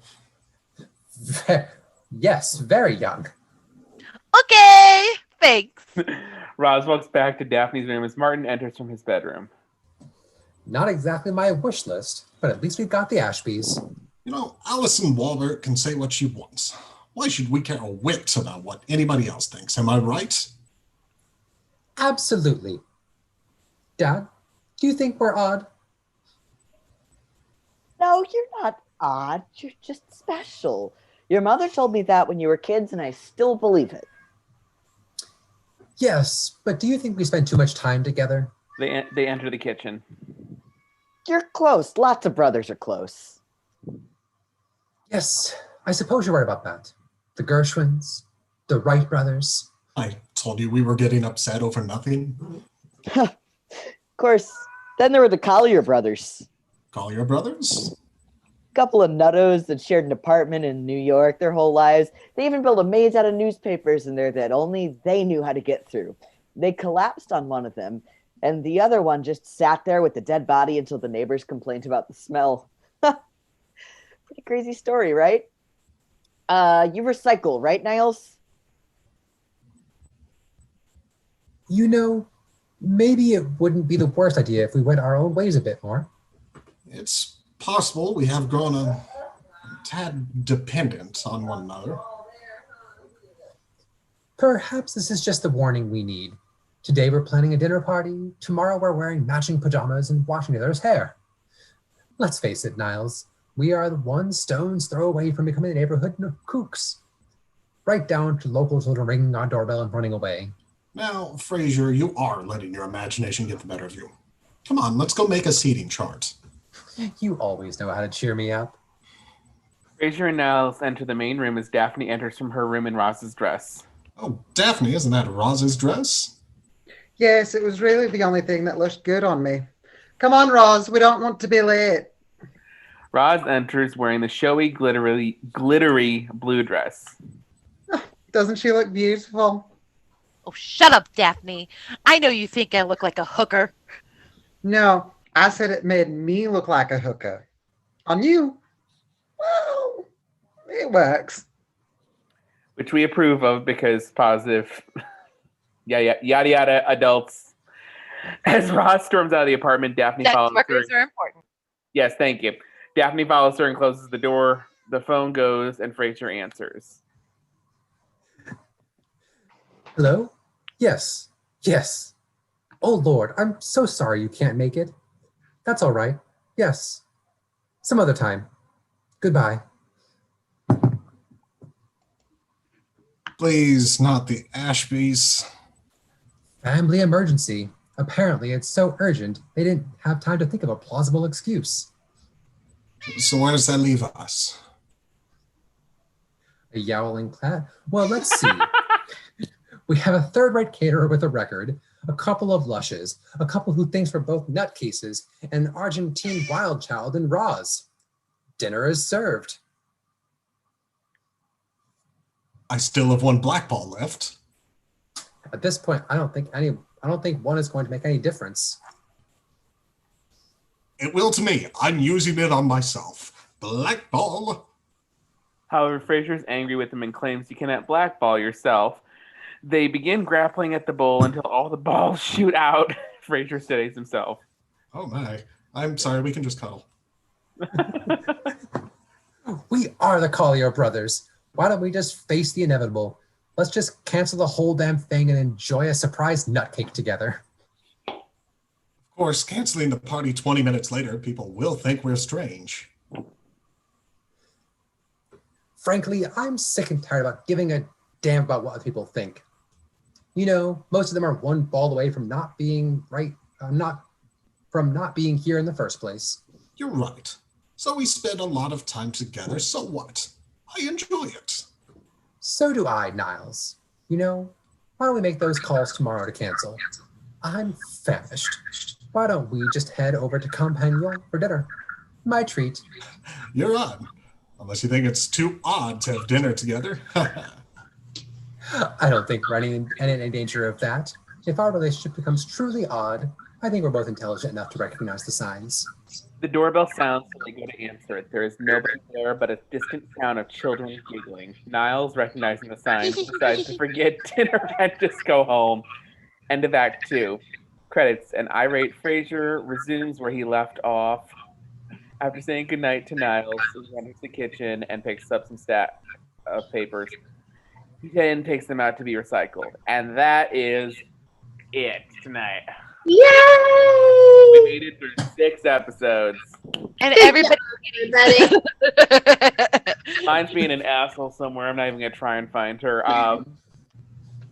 My thanks to our extras, Daniel and Jonathan. This was great. That waiter bit was amazing. Sorry, my- Jonathan didn't have very many lines. No, but we did get to see the wig. Yeah. That was what I wanted. Worth it. Worth it. My thanks to Michelle as the most woke Lilith I think we could ever ask for. Yeah. Oh my gosh, that It is so cute. My thanks to Cadaver playing Martin Crane. Bravo. Dad vibes. All the dad vibes. grandpa vibes. Grandpa vibes even. Liz with these quick Big dad changes. energy. Liz with these quick changes as Daphne, the accent. One of my faves of the night, honestly. Yes. It was Really? very If we had a Blew it out live of the studio water. audience, everyone would have like Yeah. went woo at every costume stage. Yes. And Clyde with the Cockney accent, just the Oh, two of God. them together was amazing. I literally was debating bringing a laugh track for this, but I didn't think I could like keep a hold on it. My thanks to my co-creator Ginger for razzing it up. Yay! And my thanks to our two, I guess, co-leads tonight, Luke and Sean as the Crane brothers, the crazy Crane brothers. Bravo. And sorry, Sean and I grossed everybody out with our mom and dad love making It's vibes. literally, you want to talk about psychiatry? It's literally the stuff of my psychiatrist nightmares. and just for good measure, because I've got about this much Spiegel left, surprise nut cake. Woo! So we will see you in 2 weeks on the 6th for Juno. And that is it. Bye. Bye, y'all. Night. Frasier Good night, has Seattle. left the building.